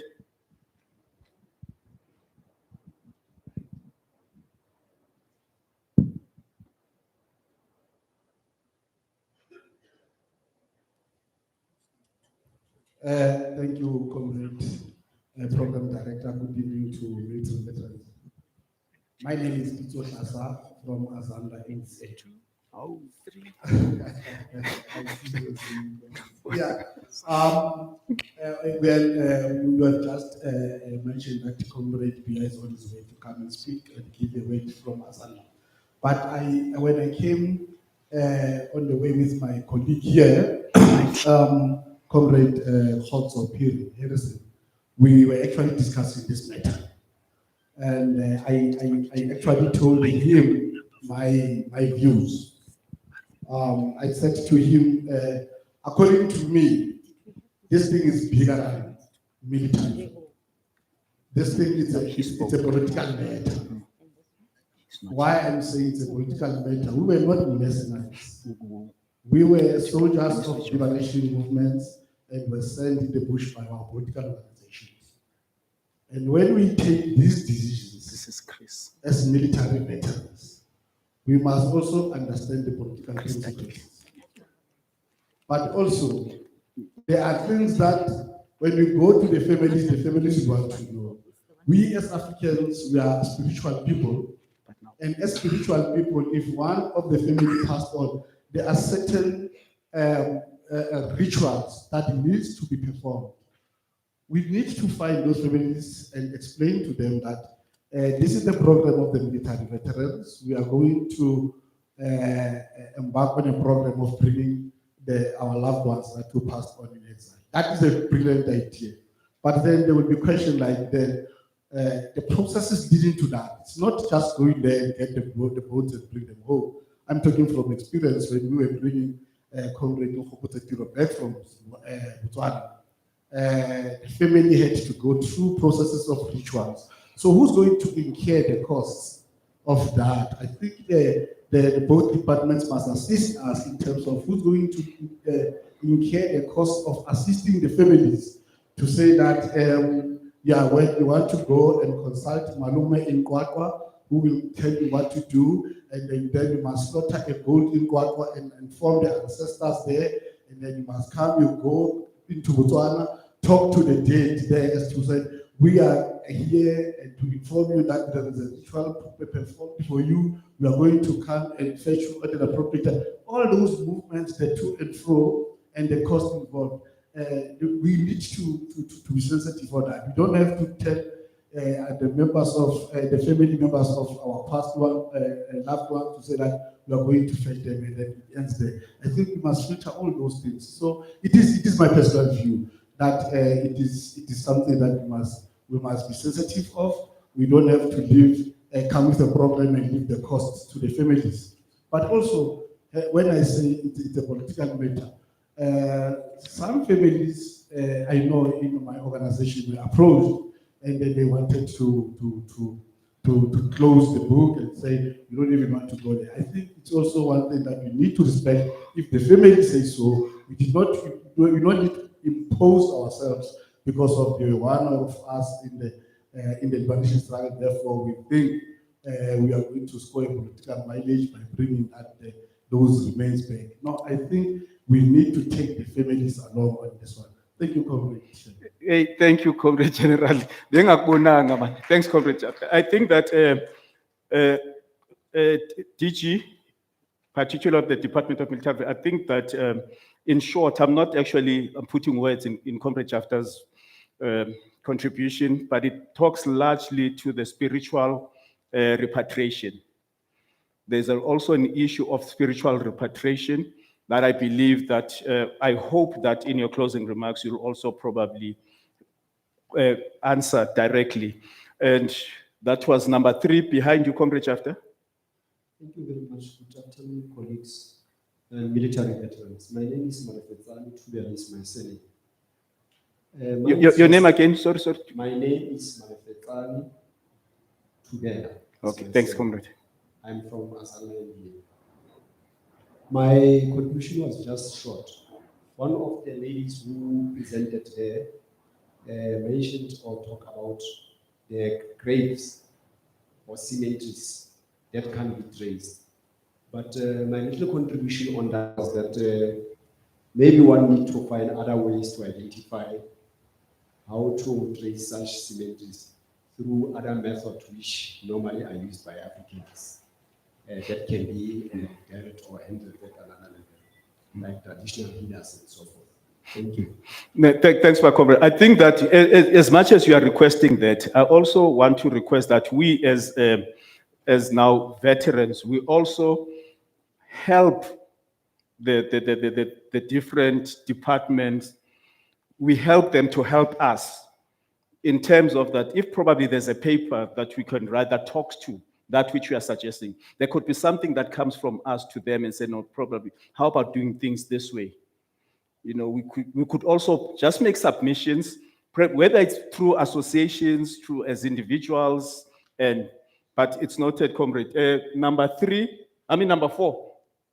Yes, my name is Muhammad Khan. I'm from UK. What I wanted to suggest, because the phases of struggle were a group of the 60s, comes the 70s, the 80s, and the 90s. Now, there are individuals or leaders of the liberation struggle who at the time, let's take the 76 group, their commander there, who comes from Europe, he was in Angola at the time. And with us in Tanzania, I started in Tanzania. When we went to Angola, they said, you are still a baby. You go to Tanzania first and you come with it, which happened. Now I'm saying, there were those who were leading at the time. But in Angola, Nyanda would know, Chief of Defense, former Chief of Defense would know, Chief Director Musi would know. Other one is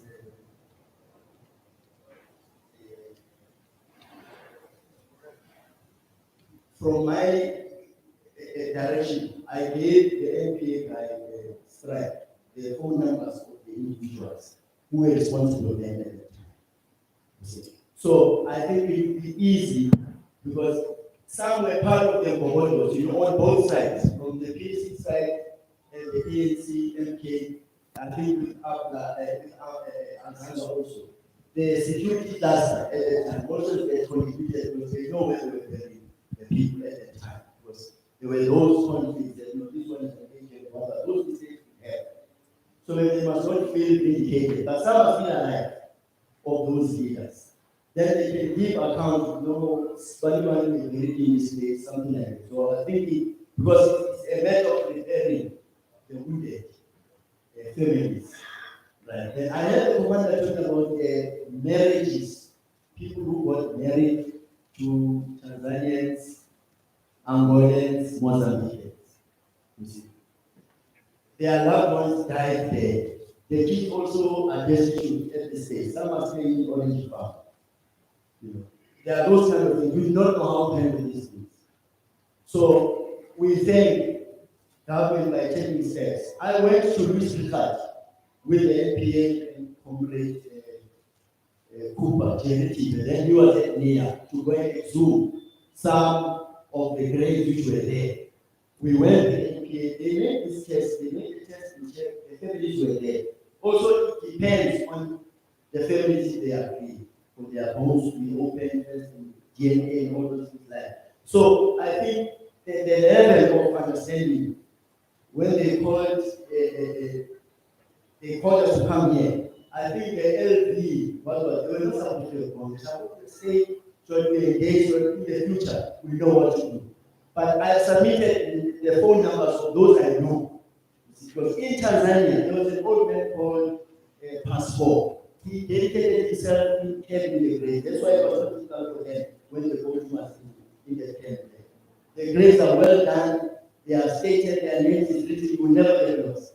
But when you go to Angola and then it will be very difficult to get the graves that are written in numbers. I think in Saudi State, in Chelsea, in Bilong, all those. But there are elders of the KC. I think there's still alive some there, some have passed on. So with the age group, they are almost 60s. It's going to be very difficult. Most of those people died. Like in this now, this is our group now, this is that group. We are dying also. Very, very soon you'll be gone. You see? So it's either this thing must be speeded up. I think it does not work only with exhuming of dead ones. You see? That's why you find in our politics are not going right, because we left the most important catch the talking of the bones. Thank you. Thank you. I see acting DG. I'm not sure if you are on your way out. I just wanted to pack a quick remark before you walk out. Possibly just a quick remark from what the comrade has actually said. When I think as part, just 1 minute. One of the things that I heard you mention is that one of the reasons why you are noted comrade, ne? But there's that list. One of the things that you said is that as you come in here as the different departments, you are coming here to request us to help you in order to help us. But now, I'm very married to this idea of the country reference group. It's sitting on me. I believe that also. Possibly, even if it could be a small section within the department, your department, that would actually focus on this. Establish a team, people that would actually be helping in collecting that. You are noted, comrade, ne? But emva kwakho, number 5. Okay, thanks, DG. Number 5, comrade Pegasemva kwakho. Oh, yes. Ngiyanibulisa nonke la endlini. And comrades, I would like to introduce myself. My name is Ike Isaacs. I am a liberation struggle war veteran, trained by the Pan-Africanist Congress of Azania, under APLA. Now, if I may just say something else here. Of course, some of us, we came late due to reasons that are not known by some of us. And if it was, according to me, if I had come earlier, I would have suggested that this meeting be postponed. If you can just see all the seats that are empty here, we have left members of the liberation struggle for veterans. Whether you come from MK, APLA, or Azanla. Most of these comrades, they are not here. And they were going to add much value into this meeting. And there is one thing that I would suggest right now. As a person who's on the ground, day in and day out, looking for members who have passed away in exile. I'm one of the comrades under APLA who went out of the country in 1976. I'm 60 years now. You can count from 1976 up to now. So as a person who's on the ground, I propose that in meetings like this, we should also invite the families of those who lost their loved ones. As a person who's on the ground talking to members and families, sometimes when you approach the family members and you tell them what is taking place with associations in trying to bring back their loved ones, they look as if we are shaya. You are just marking up time. But meeting of such nature, it would also help for them to see that we are indeed serious in bringing their loved ones back to this country. I would have said much. Most of my comrades, General Bani, they have said a lot. Mouthful, comrade. If all those issues can be taken seriously, I thank you. Thank you, Comrade Ike. There was a third hand there. And then you are noted, you are next, Comrade. And can that please be the last hand? Can you be? Comrade Will, I made an example with you. Okay, these are the last two hands, comrades, please. Okay, it's number 1, number 2, number 3, number 4. Izolethu. Yafrika. Mayibuye. Yafrika. Mafrika koqala mna ndizawuthetha nge-poor coordination from the side of the department. Fonele ekhangela abantu nge-11th hour. But beyazi uba sithi abantu abafana babeze apha thina zi-veterans. Then xa sifonela nge-11th hour, what are you expecting? Attendance ye-meeting kanye workshop vele bekufanele bakubenzi. Number 2, kwa department to respond to this exercise is long overdue. Bengafani bangakude kuphela iminyaka emingaka singabantu abamnyama izazela zethu ziphi kude ugqithe iminyaka uqanqeleke iminyaka emingaka abantu belila kude kwamanzi amehlo bejonge enkalweni ukuthi abantwana babo bawuza nini kungabikho umuntu uvelayo ze kuthi xa nine-agenda possibly kube ngona nivelayo. That's 0. I would advise to review yonke lento yenu in identifying the stakeholders that you need to be with kuyo le program. You need to review that njengoba besebeshilo abanye bebethethile. Nansi ke into ebuhlungu kude kube ile minyaka ndizawuthetha ndiziphendula ndizawubuza ndiziphendule kude kube ile minyaka it's because of political willingness from kubantu abasiphethe izazela zabo zifile nifile madoda nifile andiyani uba nifuna ukubona ntoni kusenzeka ntoni apha eSouth Africa. Le exercise, I'm taking this as just one of the public relations exercises by department.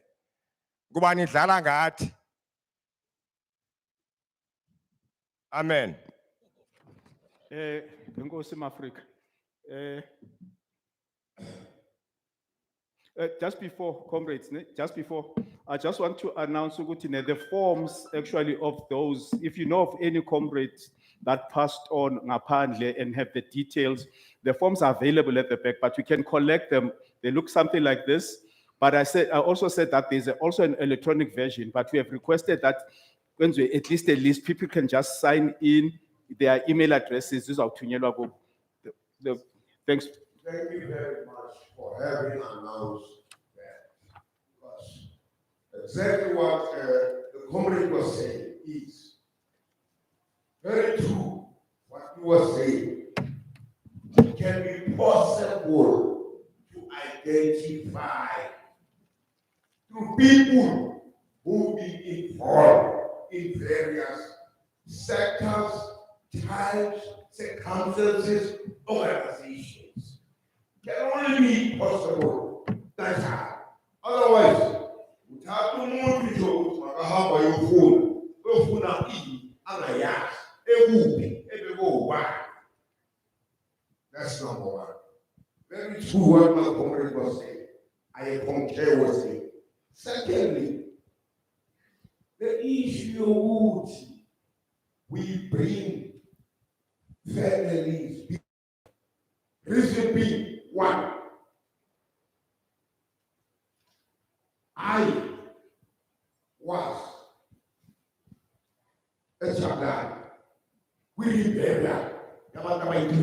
Three comrades, Espalletti, rebellion. Was a umama. The family came. Mile, Mpemowai, Melach. The umama was a soul. The mother was coming to the Repatriation, but we Sipula on a Thursday, Oguti Usonwatwa on a Saturday. Itamarangela, Asamangela, Wawa, she died. The mother died with Untana, Tamatambo, Anna. Tamara Sonela, will not hold up her.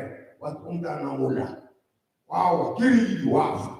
Wasa each other, fire engine and everything, paramedics certified it.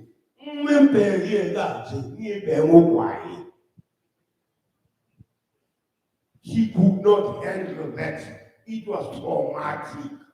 So, too traumatic for her. He let me show me la ma asileti abom my family to such they eat too traumatic to them. To us, it's not. We can talk, we can say, but to them, they've lost for how many years? Traumatic. And what I like about ANC or Umkhonto, on Saturday, instead of 3 funerals, we had 4 funerals. Oh mama, I was so happy. I applauded the ANC. I applauded for that. But in case I'm being shown for them, then I born in front of my eyes. So we don't bring our Sarila. No, we don't bring family members here. It's traumatic. Please understand it. We can say, we can talk. Because maybe we don't feel the pain. But how deep is that pain? Yeah. And how deep has it gone for how many years? This is my letter. sizokhuluma ngabantwana babo abashona kudala. Please, I say no. Okay, thank you, comrades. I think that General Tena ukhona, but now I'm going to, can we please avoid echoing one another? If a comrade uthe, ungathi iqiniso lento ayishilo comrade, uphinde now. Okay, the floor is yours, comrade. Yeah, thank you, comrade. I'm Tibani Malaka, sorry, LSWV. I think I want to emphasize that one because I've been hearing people saying MK, apply, and so forth. LSWV, born from MK. Comrades, it's true that I think the comrades have said a mouthful, so it's not advisable to be repetitive over the same thing all the time. But what I want to sum up is that all the presentation that we had here, only one word echoed in this environment. That is bringing back the beloved one from where they are. And I think throughout the presentations, we're trying to be shown the processes that need to be followed and everything that need to be put into perspective so that that thing could be realized at the end. And the last speaker, I think, was from MPTT. Yeah, the missing person task. Yes, that was a very good presentation as far as I'm concerned. And we have been reiterating that on several occasions to say that the country reference groups it's a very important derivative of what the person have delivered to us, and which is something that we must build on. And that will support all what the comrades have been saying, that those people who have been on at different locations outside the country know better where to find people outside the country. Those who have been in Tanzania, Angola, Mozambique, whatever the case may be. So this is the thing that it is being addressed by the country reference groups. So that it means that from our side, I'll speak now on behalf of the LSWV to say that from our own regions, we must start thinking about those things, how to group ourselves now as those country reference and maybe reiterate that thing to the relevant people who have been presenting this matter. Thank you so much. Thank you. Comrade Willie. Is he the last one?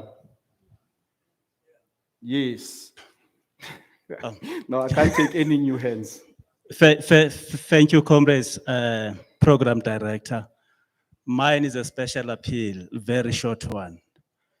Despite the fact that we welcome the presentation, we have took note of what was presented before us. We understand the primary focus is for those, I'm Fumani Lechwili, I'm from APLA MVA.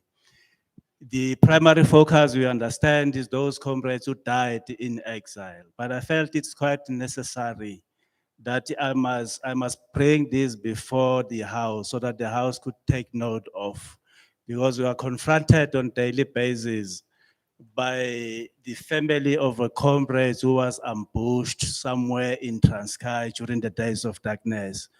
And based on the allegations that are before us, these comrades were buried next to the graveyard of the late founding president of the Pan-Africanist Congress of Azania, Comrades Mangaliso Sobukwe. Now, our request is that for a special plea, that please the House should take note of that, and should the House consider to assist us so that we put closure on the buried family. Thank you, comrade. Thank you, comrade. Comrade, I'll feel bad. No, go to move on. Okay, yes, comrade. Yeah, thank you, comrade. People have this order. Member of MKNVA and also a PTT member of LSWV in Gauteng. Now I would like to applaud the department for this initiative. It's been long overdue.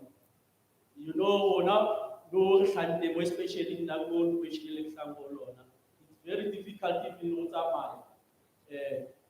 ho kopana le di-family tsa di-comrades tse re di sileng ko morao. E ba stress sa rona go tsamaya go fetana le bona because all the time be re botswa dipotso gore na ebe bana ba bo rona bona ba khutlane. So I'd like to applaud the department. Ya ne ke kopa gore department e ska ba fela gore go no go fetiswa fela e budget kapa financial report. Ibe sante e lo gore e tlo etsahala in practical. Masapa bana ba bo rona go tsena. I thank you. Okay, thank you, comrades. Right now, I think we are going to give General Mabasa an opportunity to also contribute. Now, this is official contribution, 10-minute contribution from me as Anla. I know General Klasa had also made a slide twin, but now I think you know they have briefed you of Utine. The focus topic is the practical approaches on how to navigate the terrains, you know, the recovery environments, the symmetries. Thank you.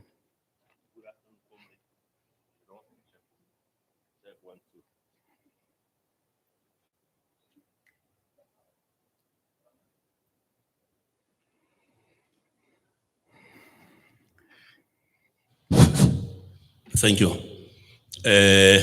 Good afternoon, comrade. I'm sorry we arrived late here. We just got the transport very late. I feel honored and humbled to come and represent the Azanian National Liberation Army.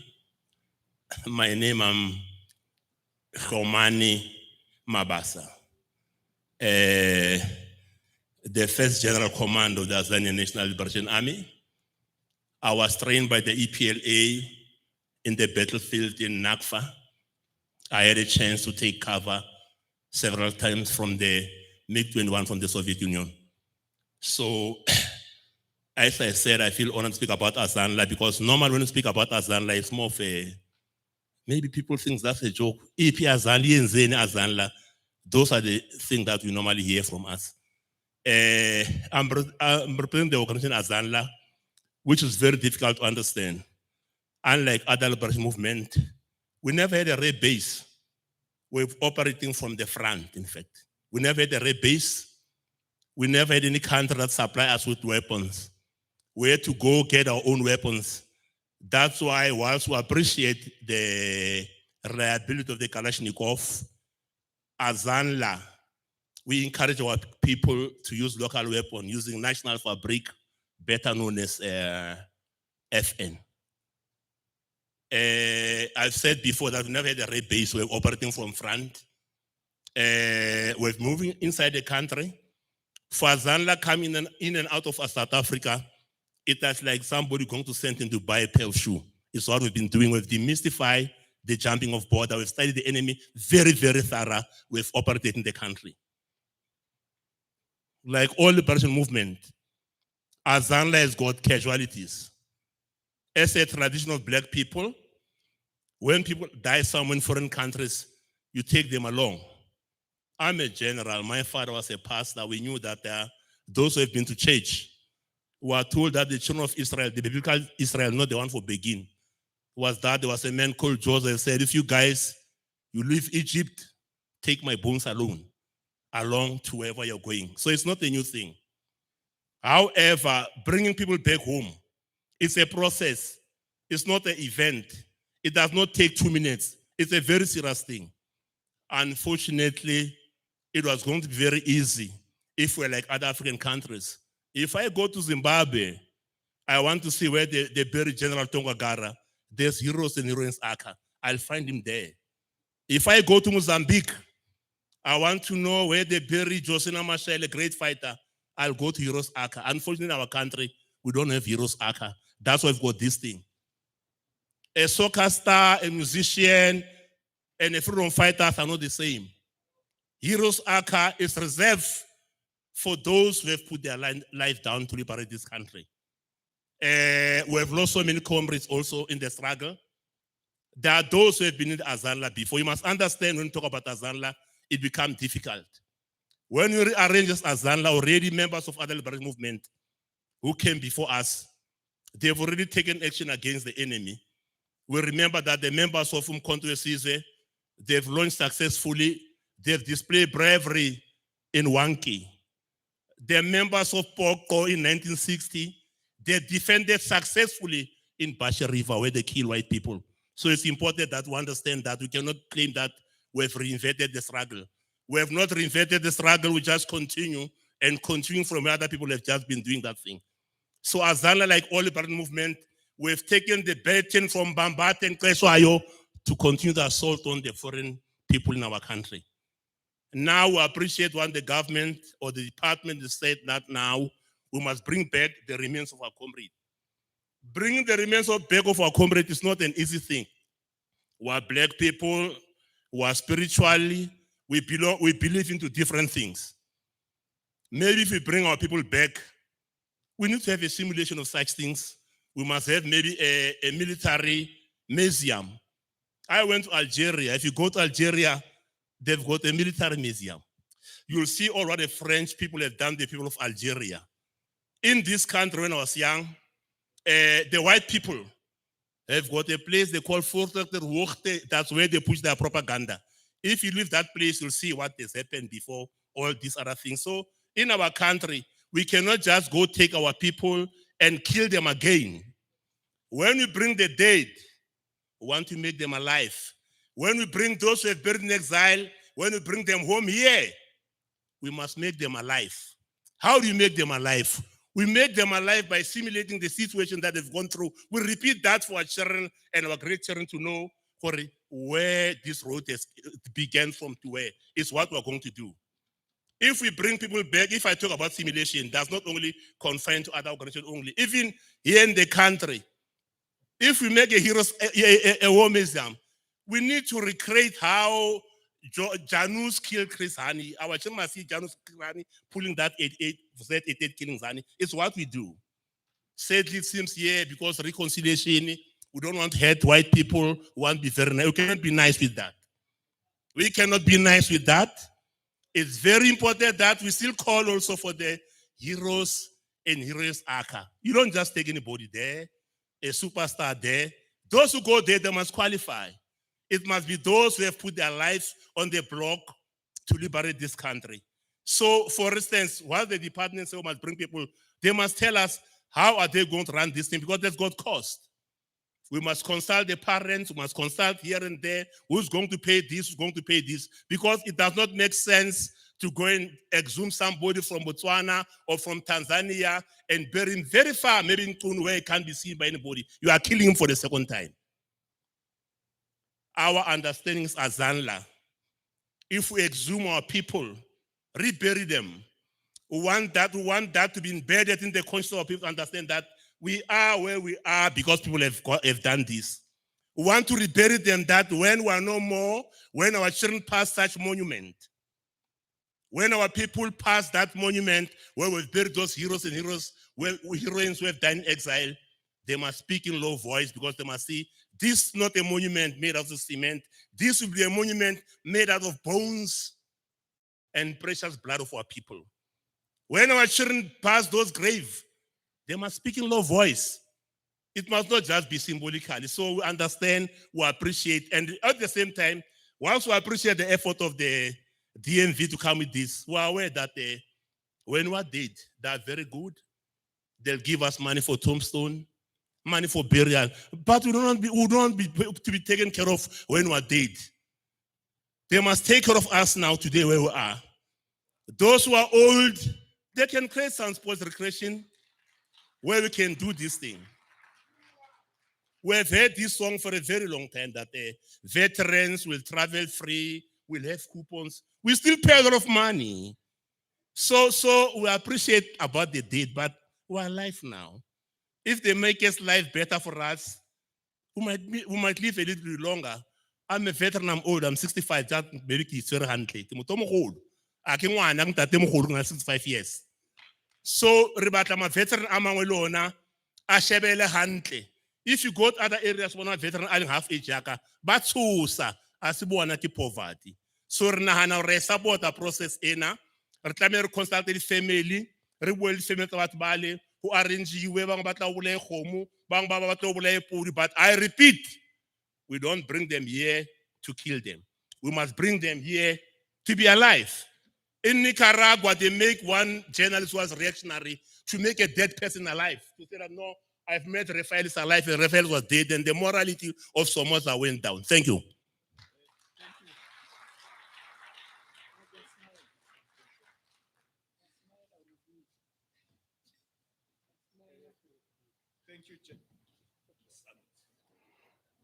Thank you, General. DGs, there's another call and a request that it's much bigger than just the exhumations and the repatriations. We are talking of monuments in honor of those fallen. But thank you very much to everyone that has contributed. And I believe that the points were all taken. Thanks for the positive contribution. Thank you for the what you call the positive criticism. There is, I mean, must criticize positive. It's actually called constructive criticism.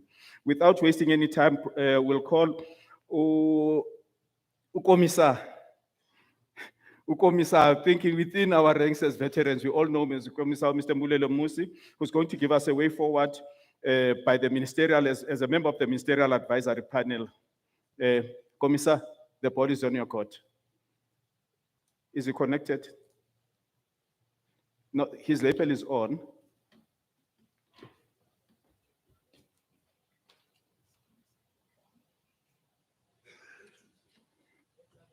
Two.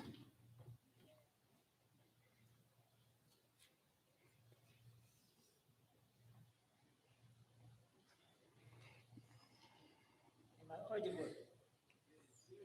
Am I audible? Yes, Commissar. Okay, thank you. I'm not sure Ola is not abusive. I thought I was a commissar when I was fighting. Because commissars are the ones who justify why we should kill for freedom. I'm not doing that anymore. But anyway, I'll allow the abuse. So thanks, Program Director. Yeah, sure.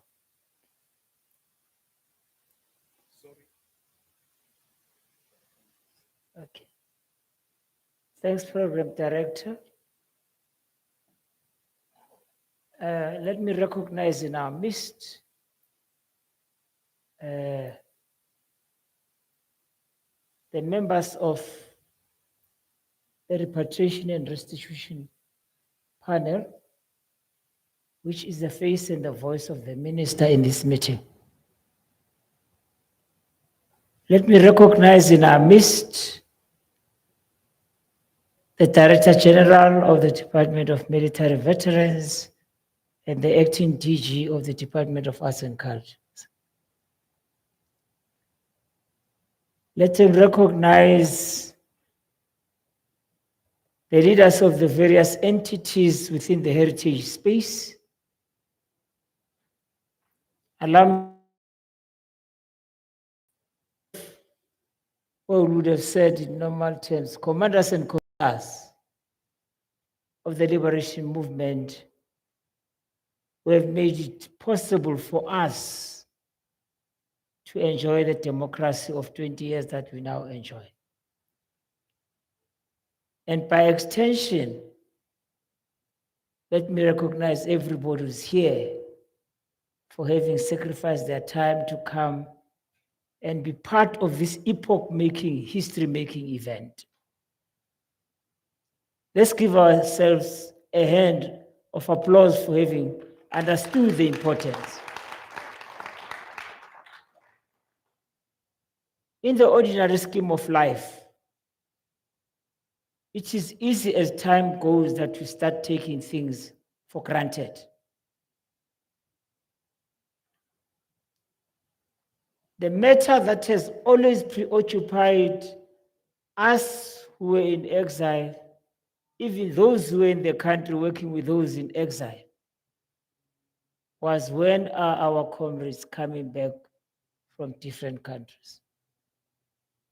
Whether you are MK, whether you are APLA, whether it's Azanla, I'm sure all of us, something that makes us not to sleep is that fundamental question. It is that fundamental question, is not because we are not talking of abstract people. We're talking of men and women we lived with every day, bitten by mosquitoes, and some die of malaria. We're talking of men and women who at times during maneuvers of military training die during training with us. We're talking of men and women we trained to go and be in combat. Some even had to fight to defend the liberation of Angola, the liberation of Zimbabwe. Internationalists who said, for the freedom of the people of Africa, we are prepared to die because the freedom of Africa is directly linked to our freedom. And our freedom is directly linked to Africa's freedom. We're talking of men and women of a caliber of real selflessness.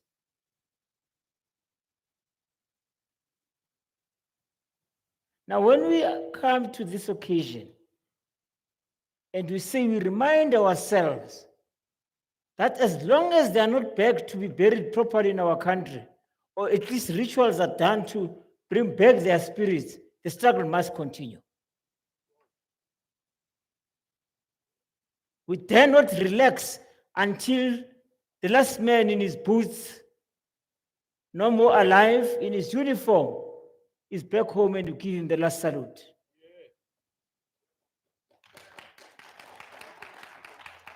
Because to us, for those who don't know, but I suppose all of us know what I'm talking about.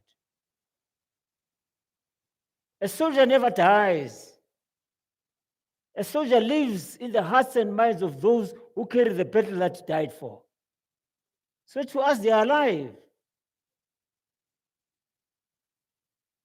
I can say without any fear of contradiction, for me as a survivor of Matola raid, it's as if Matola, every day is as if Matola happened yesterday. I can see skulls of my comrades broken into parts. I can see their wounds and blood flowing across their rooms. So this is not an easy task we are undertaking in order to restore dignity of those who fought and died so that me and you can enjoy the freedom. If they didn't die and sacrifice their all, including their life, some would not be DGs. Some would not be presidents. So we're talking of men and women who went beyond the call of duty, not because they were interested in getting big salaries, but to see the liberation of our people. So I'm trying to say, comrades, what you are doing today, which is the first of its kind. I've been making noise with this noisemaker, Uchamsash. We attend meetings and all manner of bureaucrats come. And you say, where are the fighters of this war among us? Because it cannot be about us without us. It cannot be that this project can succeed without being advised by those who know it. The other day I was talking to DDG Ndima and said, comrades, when we start this process, we start reliving our history in a very live way. We start thinking about Angola in all its facets where we fought battles. In the south of Angola, in Katenge, in Benguela and them, they come alive. And you start imagining those who died when we were bombarded by two Canberras in the south of Angola. You start thinking about the battles we fought in Kakulama, in the east, Kangandala, and them, they come alive. You see a comrade falling in front of you riddled with bullets. So it's not a joke here. You start thinking about the battles in the east. We called it Eastern Front. You think of Kibashe, Kashito, and them. It's live to us. It's in our blood. It's in our heart. That's why we die of many diseases, including heart attacks.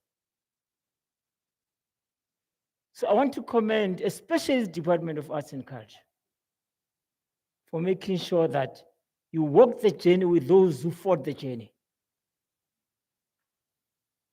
And let's give them a big hand for that.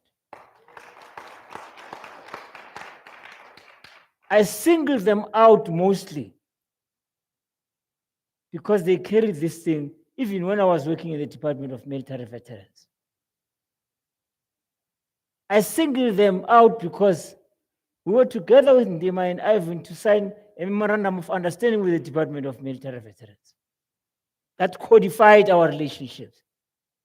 I myself and Ivan were assigned specifically to draft that MOU. I'm sure it was signed, Ndima, am I wrong?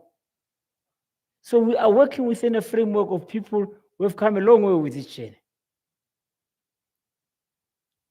When the presidential task team was formed, I was part of that journey. Actually, the terms of reference for all these 6 work groups were drawn by myself. I wrote them, presented them, and finally they were adopted. So we've walked the journey with the Department of Arts and Culture in a big way. And therefore, from where we come from then to a point where today we are where we are, it's quite commendable. Let's give them a applause again. I'm saying this because you know what you've done, Vus, DG. Within a year, you pushed that we have a policy framework. That framework was adopted by Interministerial Committee and then by Cabinet. When it was adopted in March, you put milestones, and I can see them being delivered one by one on time. It takes a very special public servant to have that sense of duty. A very serious public servant. When that policy said we must have an implementation plan, we must have an instrument of governance to manage the implementation of that plan, within months you delivered it in August. Comrades, these days we don't have a public servant of that nature. We have people who at 4 o'clock they start packing their books whether the work is done or not. I think I can say without any fear of contradiction that I see a very good caliber of people of Batupili in the Department of Arts and Culture. I want to give them a big round of applause as well.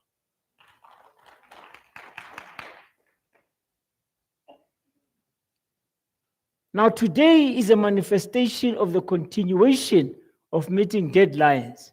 One of the deadlines was make sure that on the 4th, they were given an instruction by the PTT to make sure that they can't walk this journey without us. What do they know about it? Many of them don't even know Angola, they don't know Tanzania, they don't know Lesotho, they don't know all the theater of war in Southern Africa.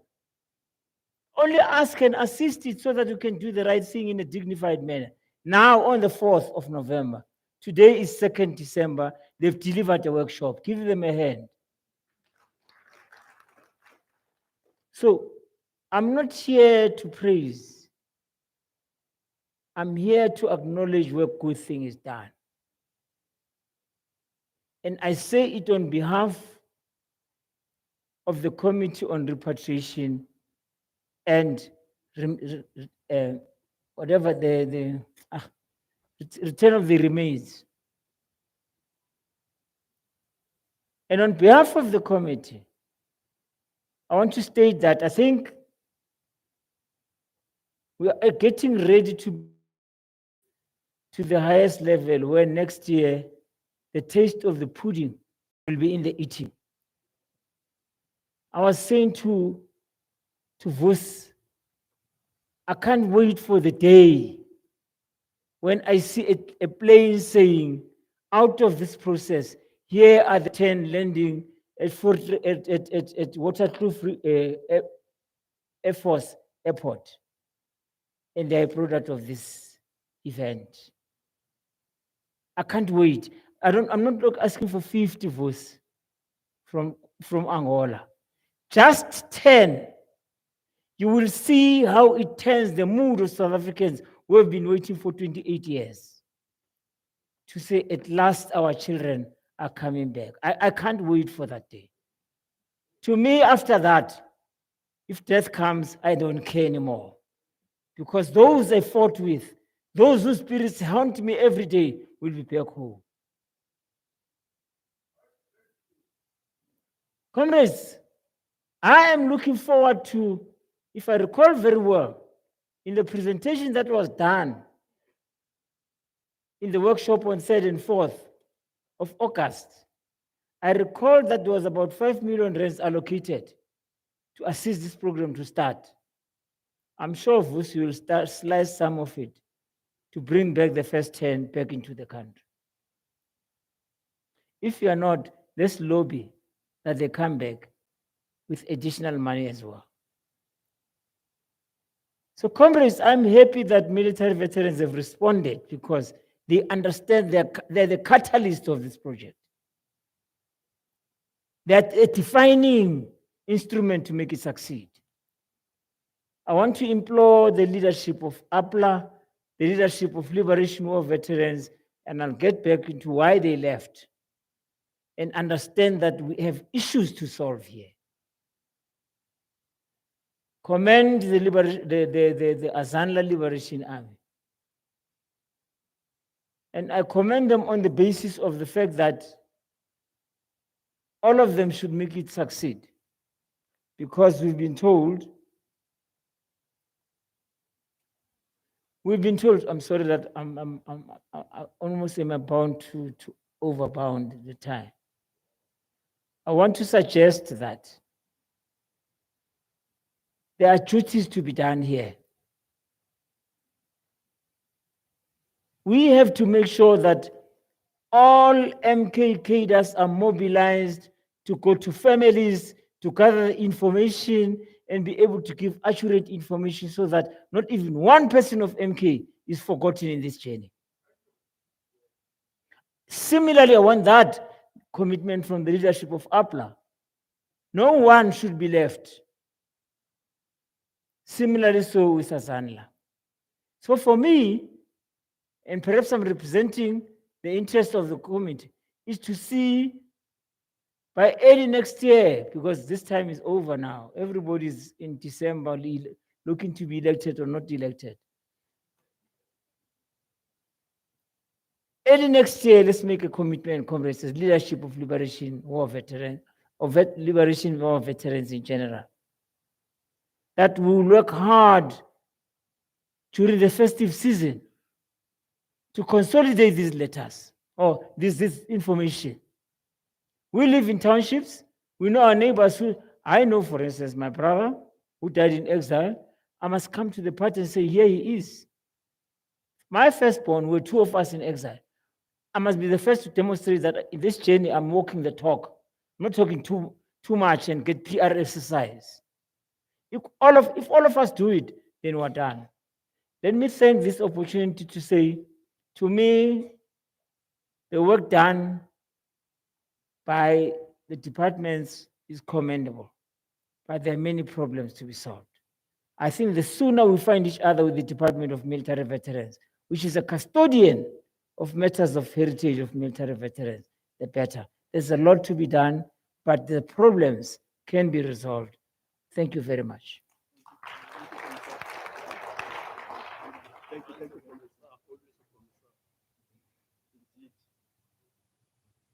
I couldn't have said it better, General. Am I okay? Thank you, Commissar. And you, General, I couldn't have said it better. Once a commissar, always a commissar. I think that my part is almost done. It's actually done. I don't think that protocol allows me to speak after the chief principal has spoken. I'll take this opportunity to apologize to whoever's toes have stepped in. I made an error earlier on, and I'm correcting myself. It is indeed MK. LWV, sorry.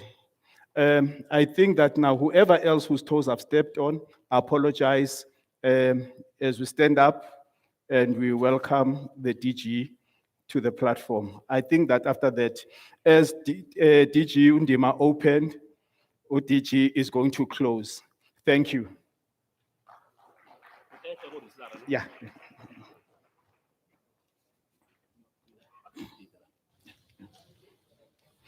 Thank you.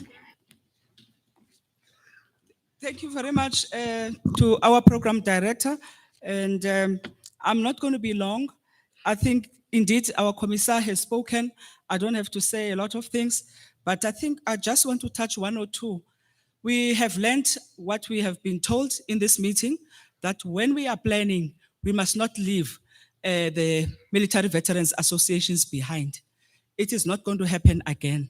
At DMV, when we're going to be planning any events, we want to make sure that we've got representatives within the planning team up until the end of the planning. We've listened to that proposal so that we don't end at the end of the day and find ourselves not with the rest of the military veterans that were supposed to be in this meeting. And I think, secondly, we've also noted that we need to ensure that we group provinces and we go with our counterparts to share this message and share this information. I have noted that as well. Another part that I have noted, I think indeed the commissar has indicated that in terms of DMV, we've got other issues that we need to resolve, and we've made note of that. We are going to provide the necessary platforms to do that. I felt it's a couple of things that are very important that we need to note as DMV.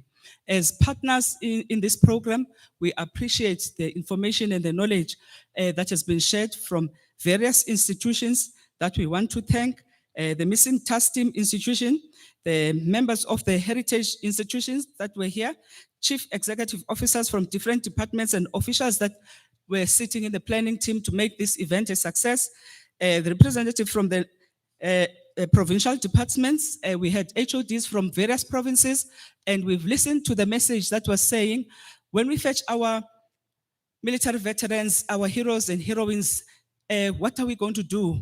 We have listened carefully to that one to say that we as the departments, both departments, we are going to ensure that we are working with the provincial governments and also work with the municipalities at local level and at a district level to ensure that the memorial gardens and the parks are established and we are ready to receive our military veterans and fallen heroes that we left behind.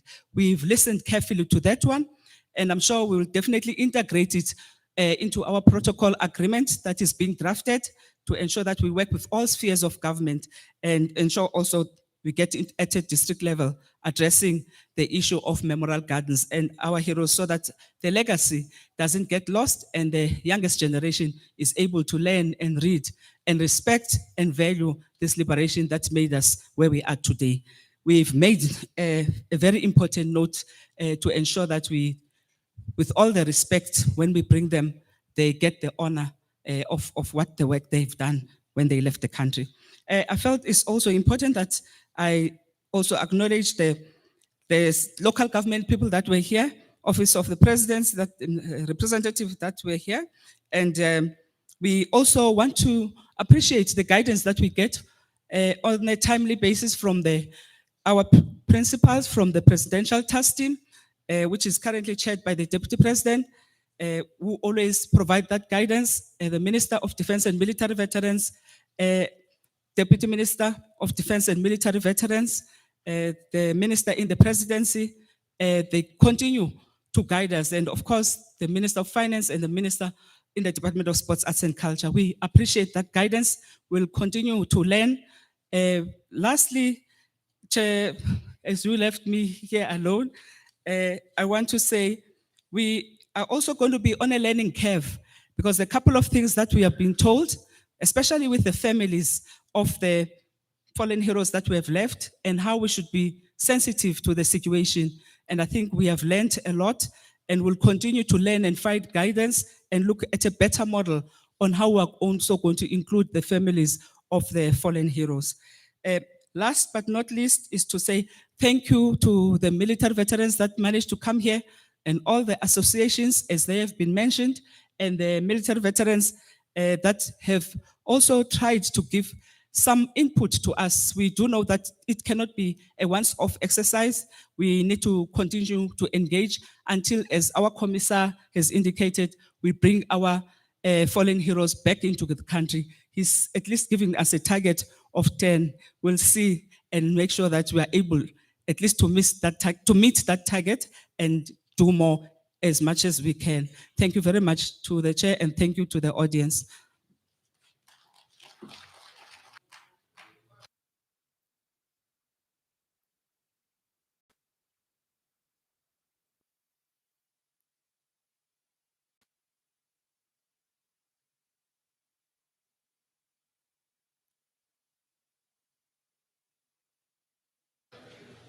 I'm actually not speaking. I'm not speaking after the DG has spoken. I think that was actually closure.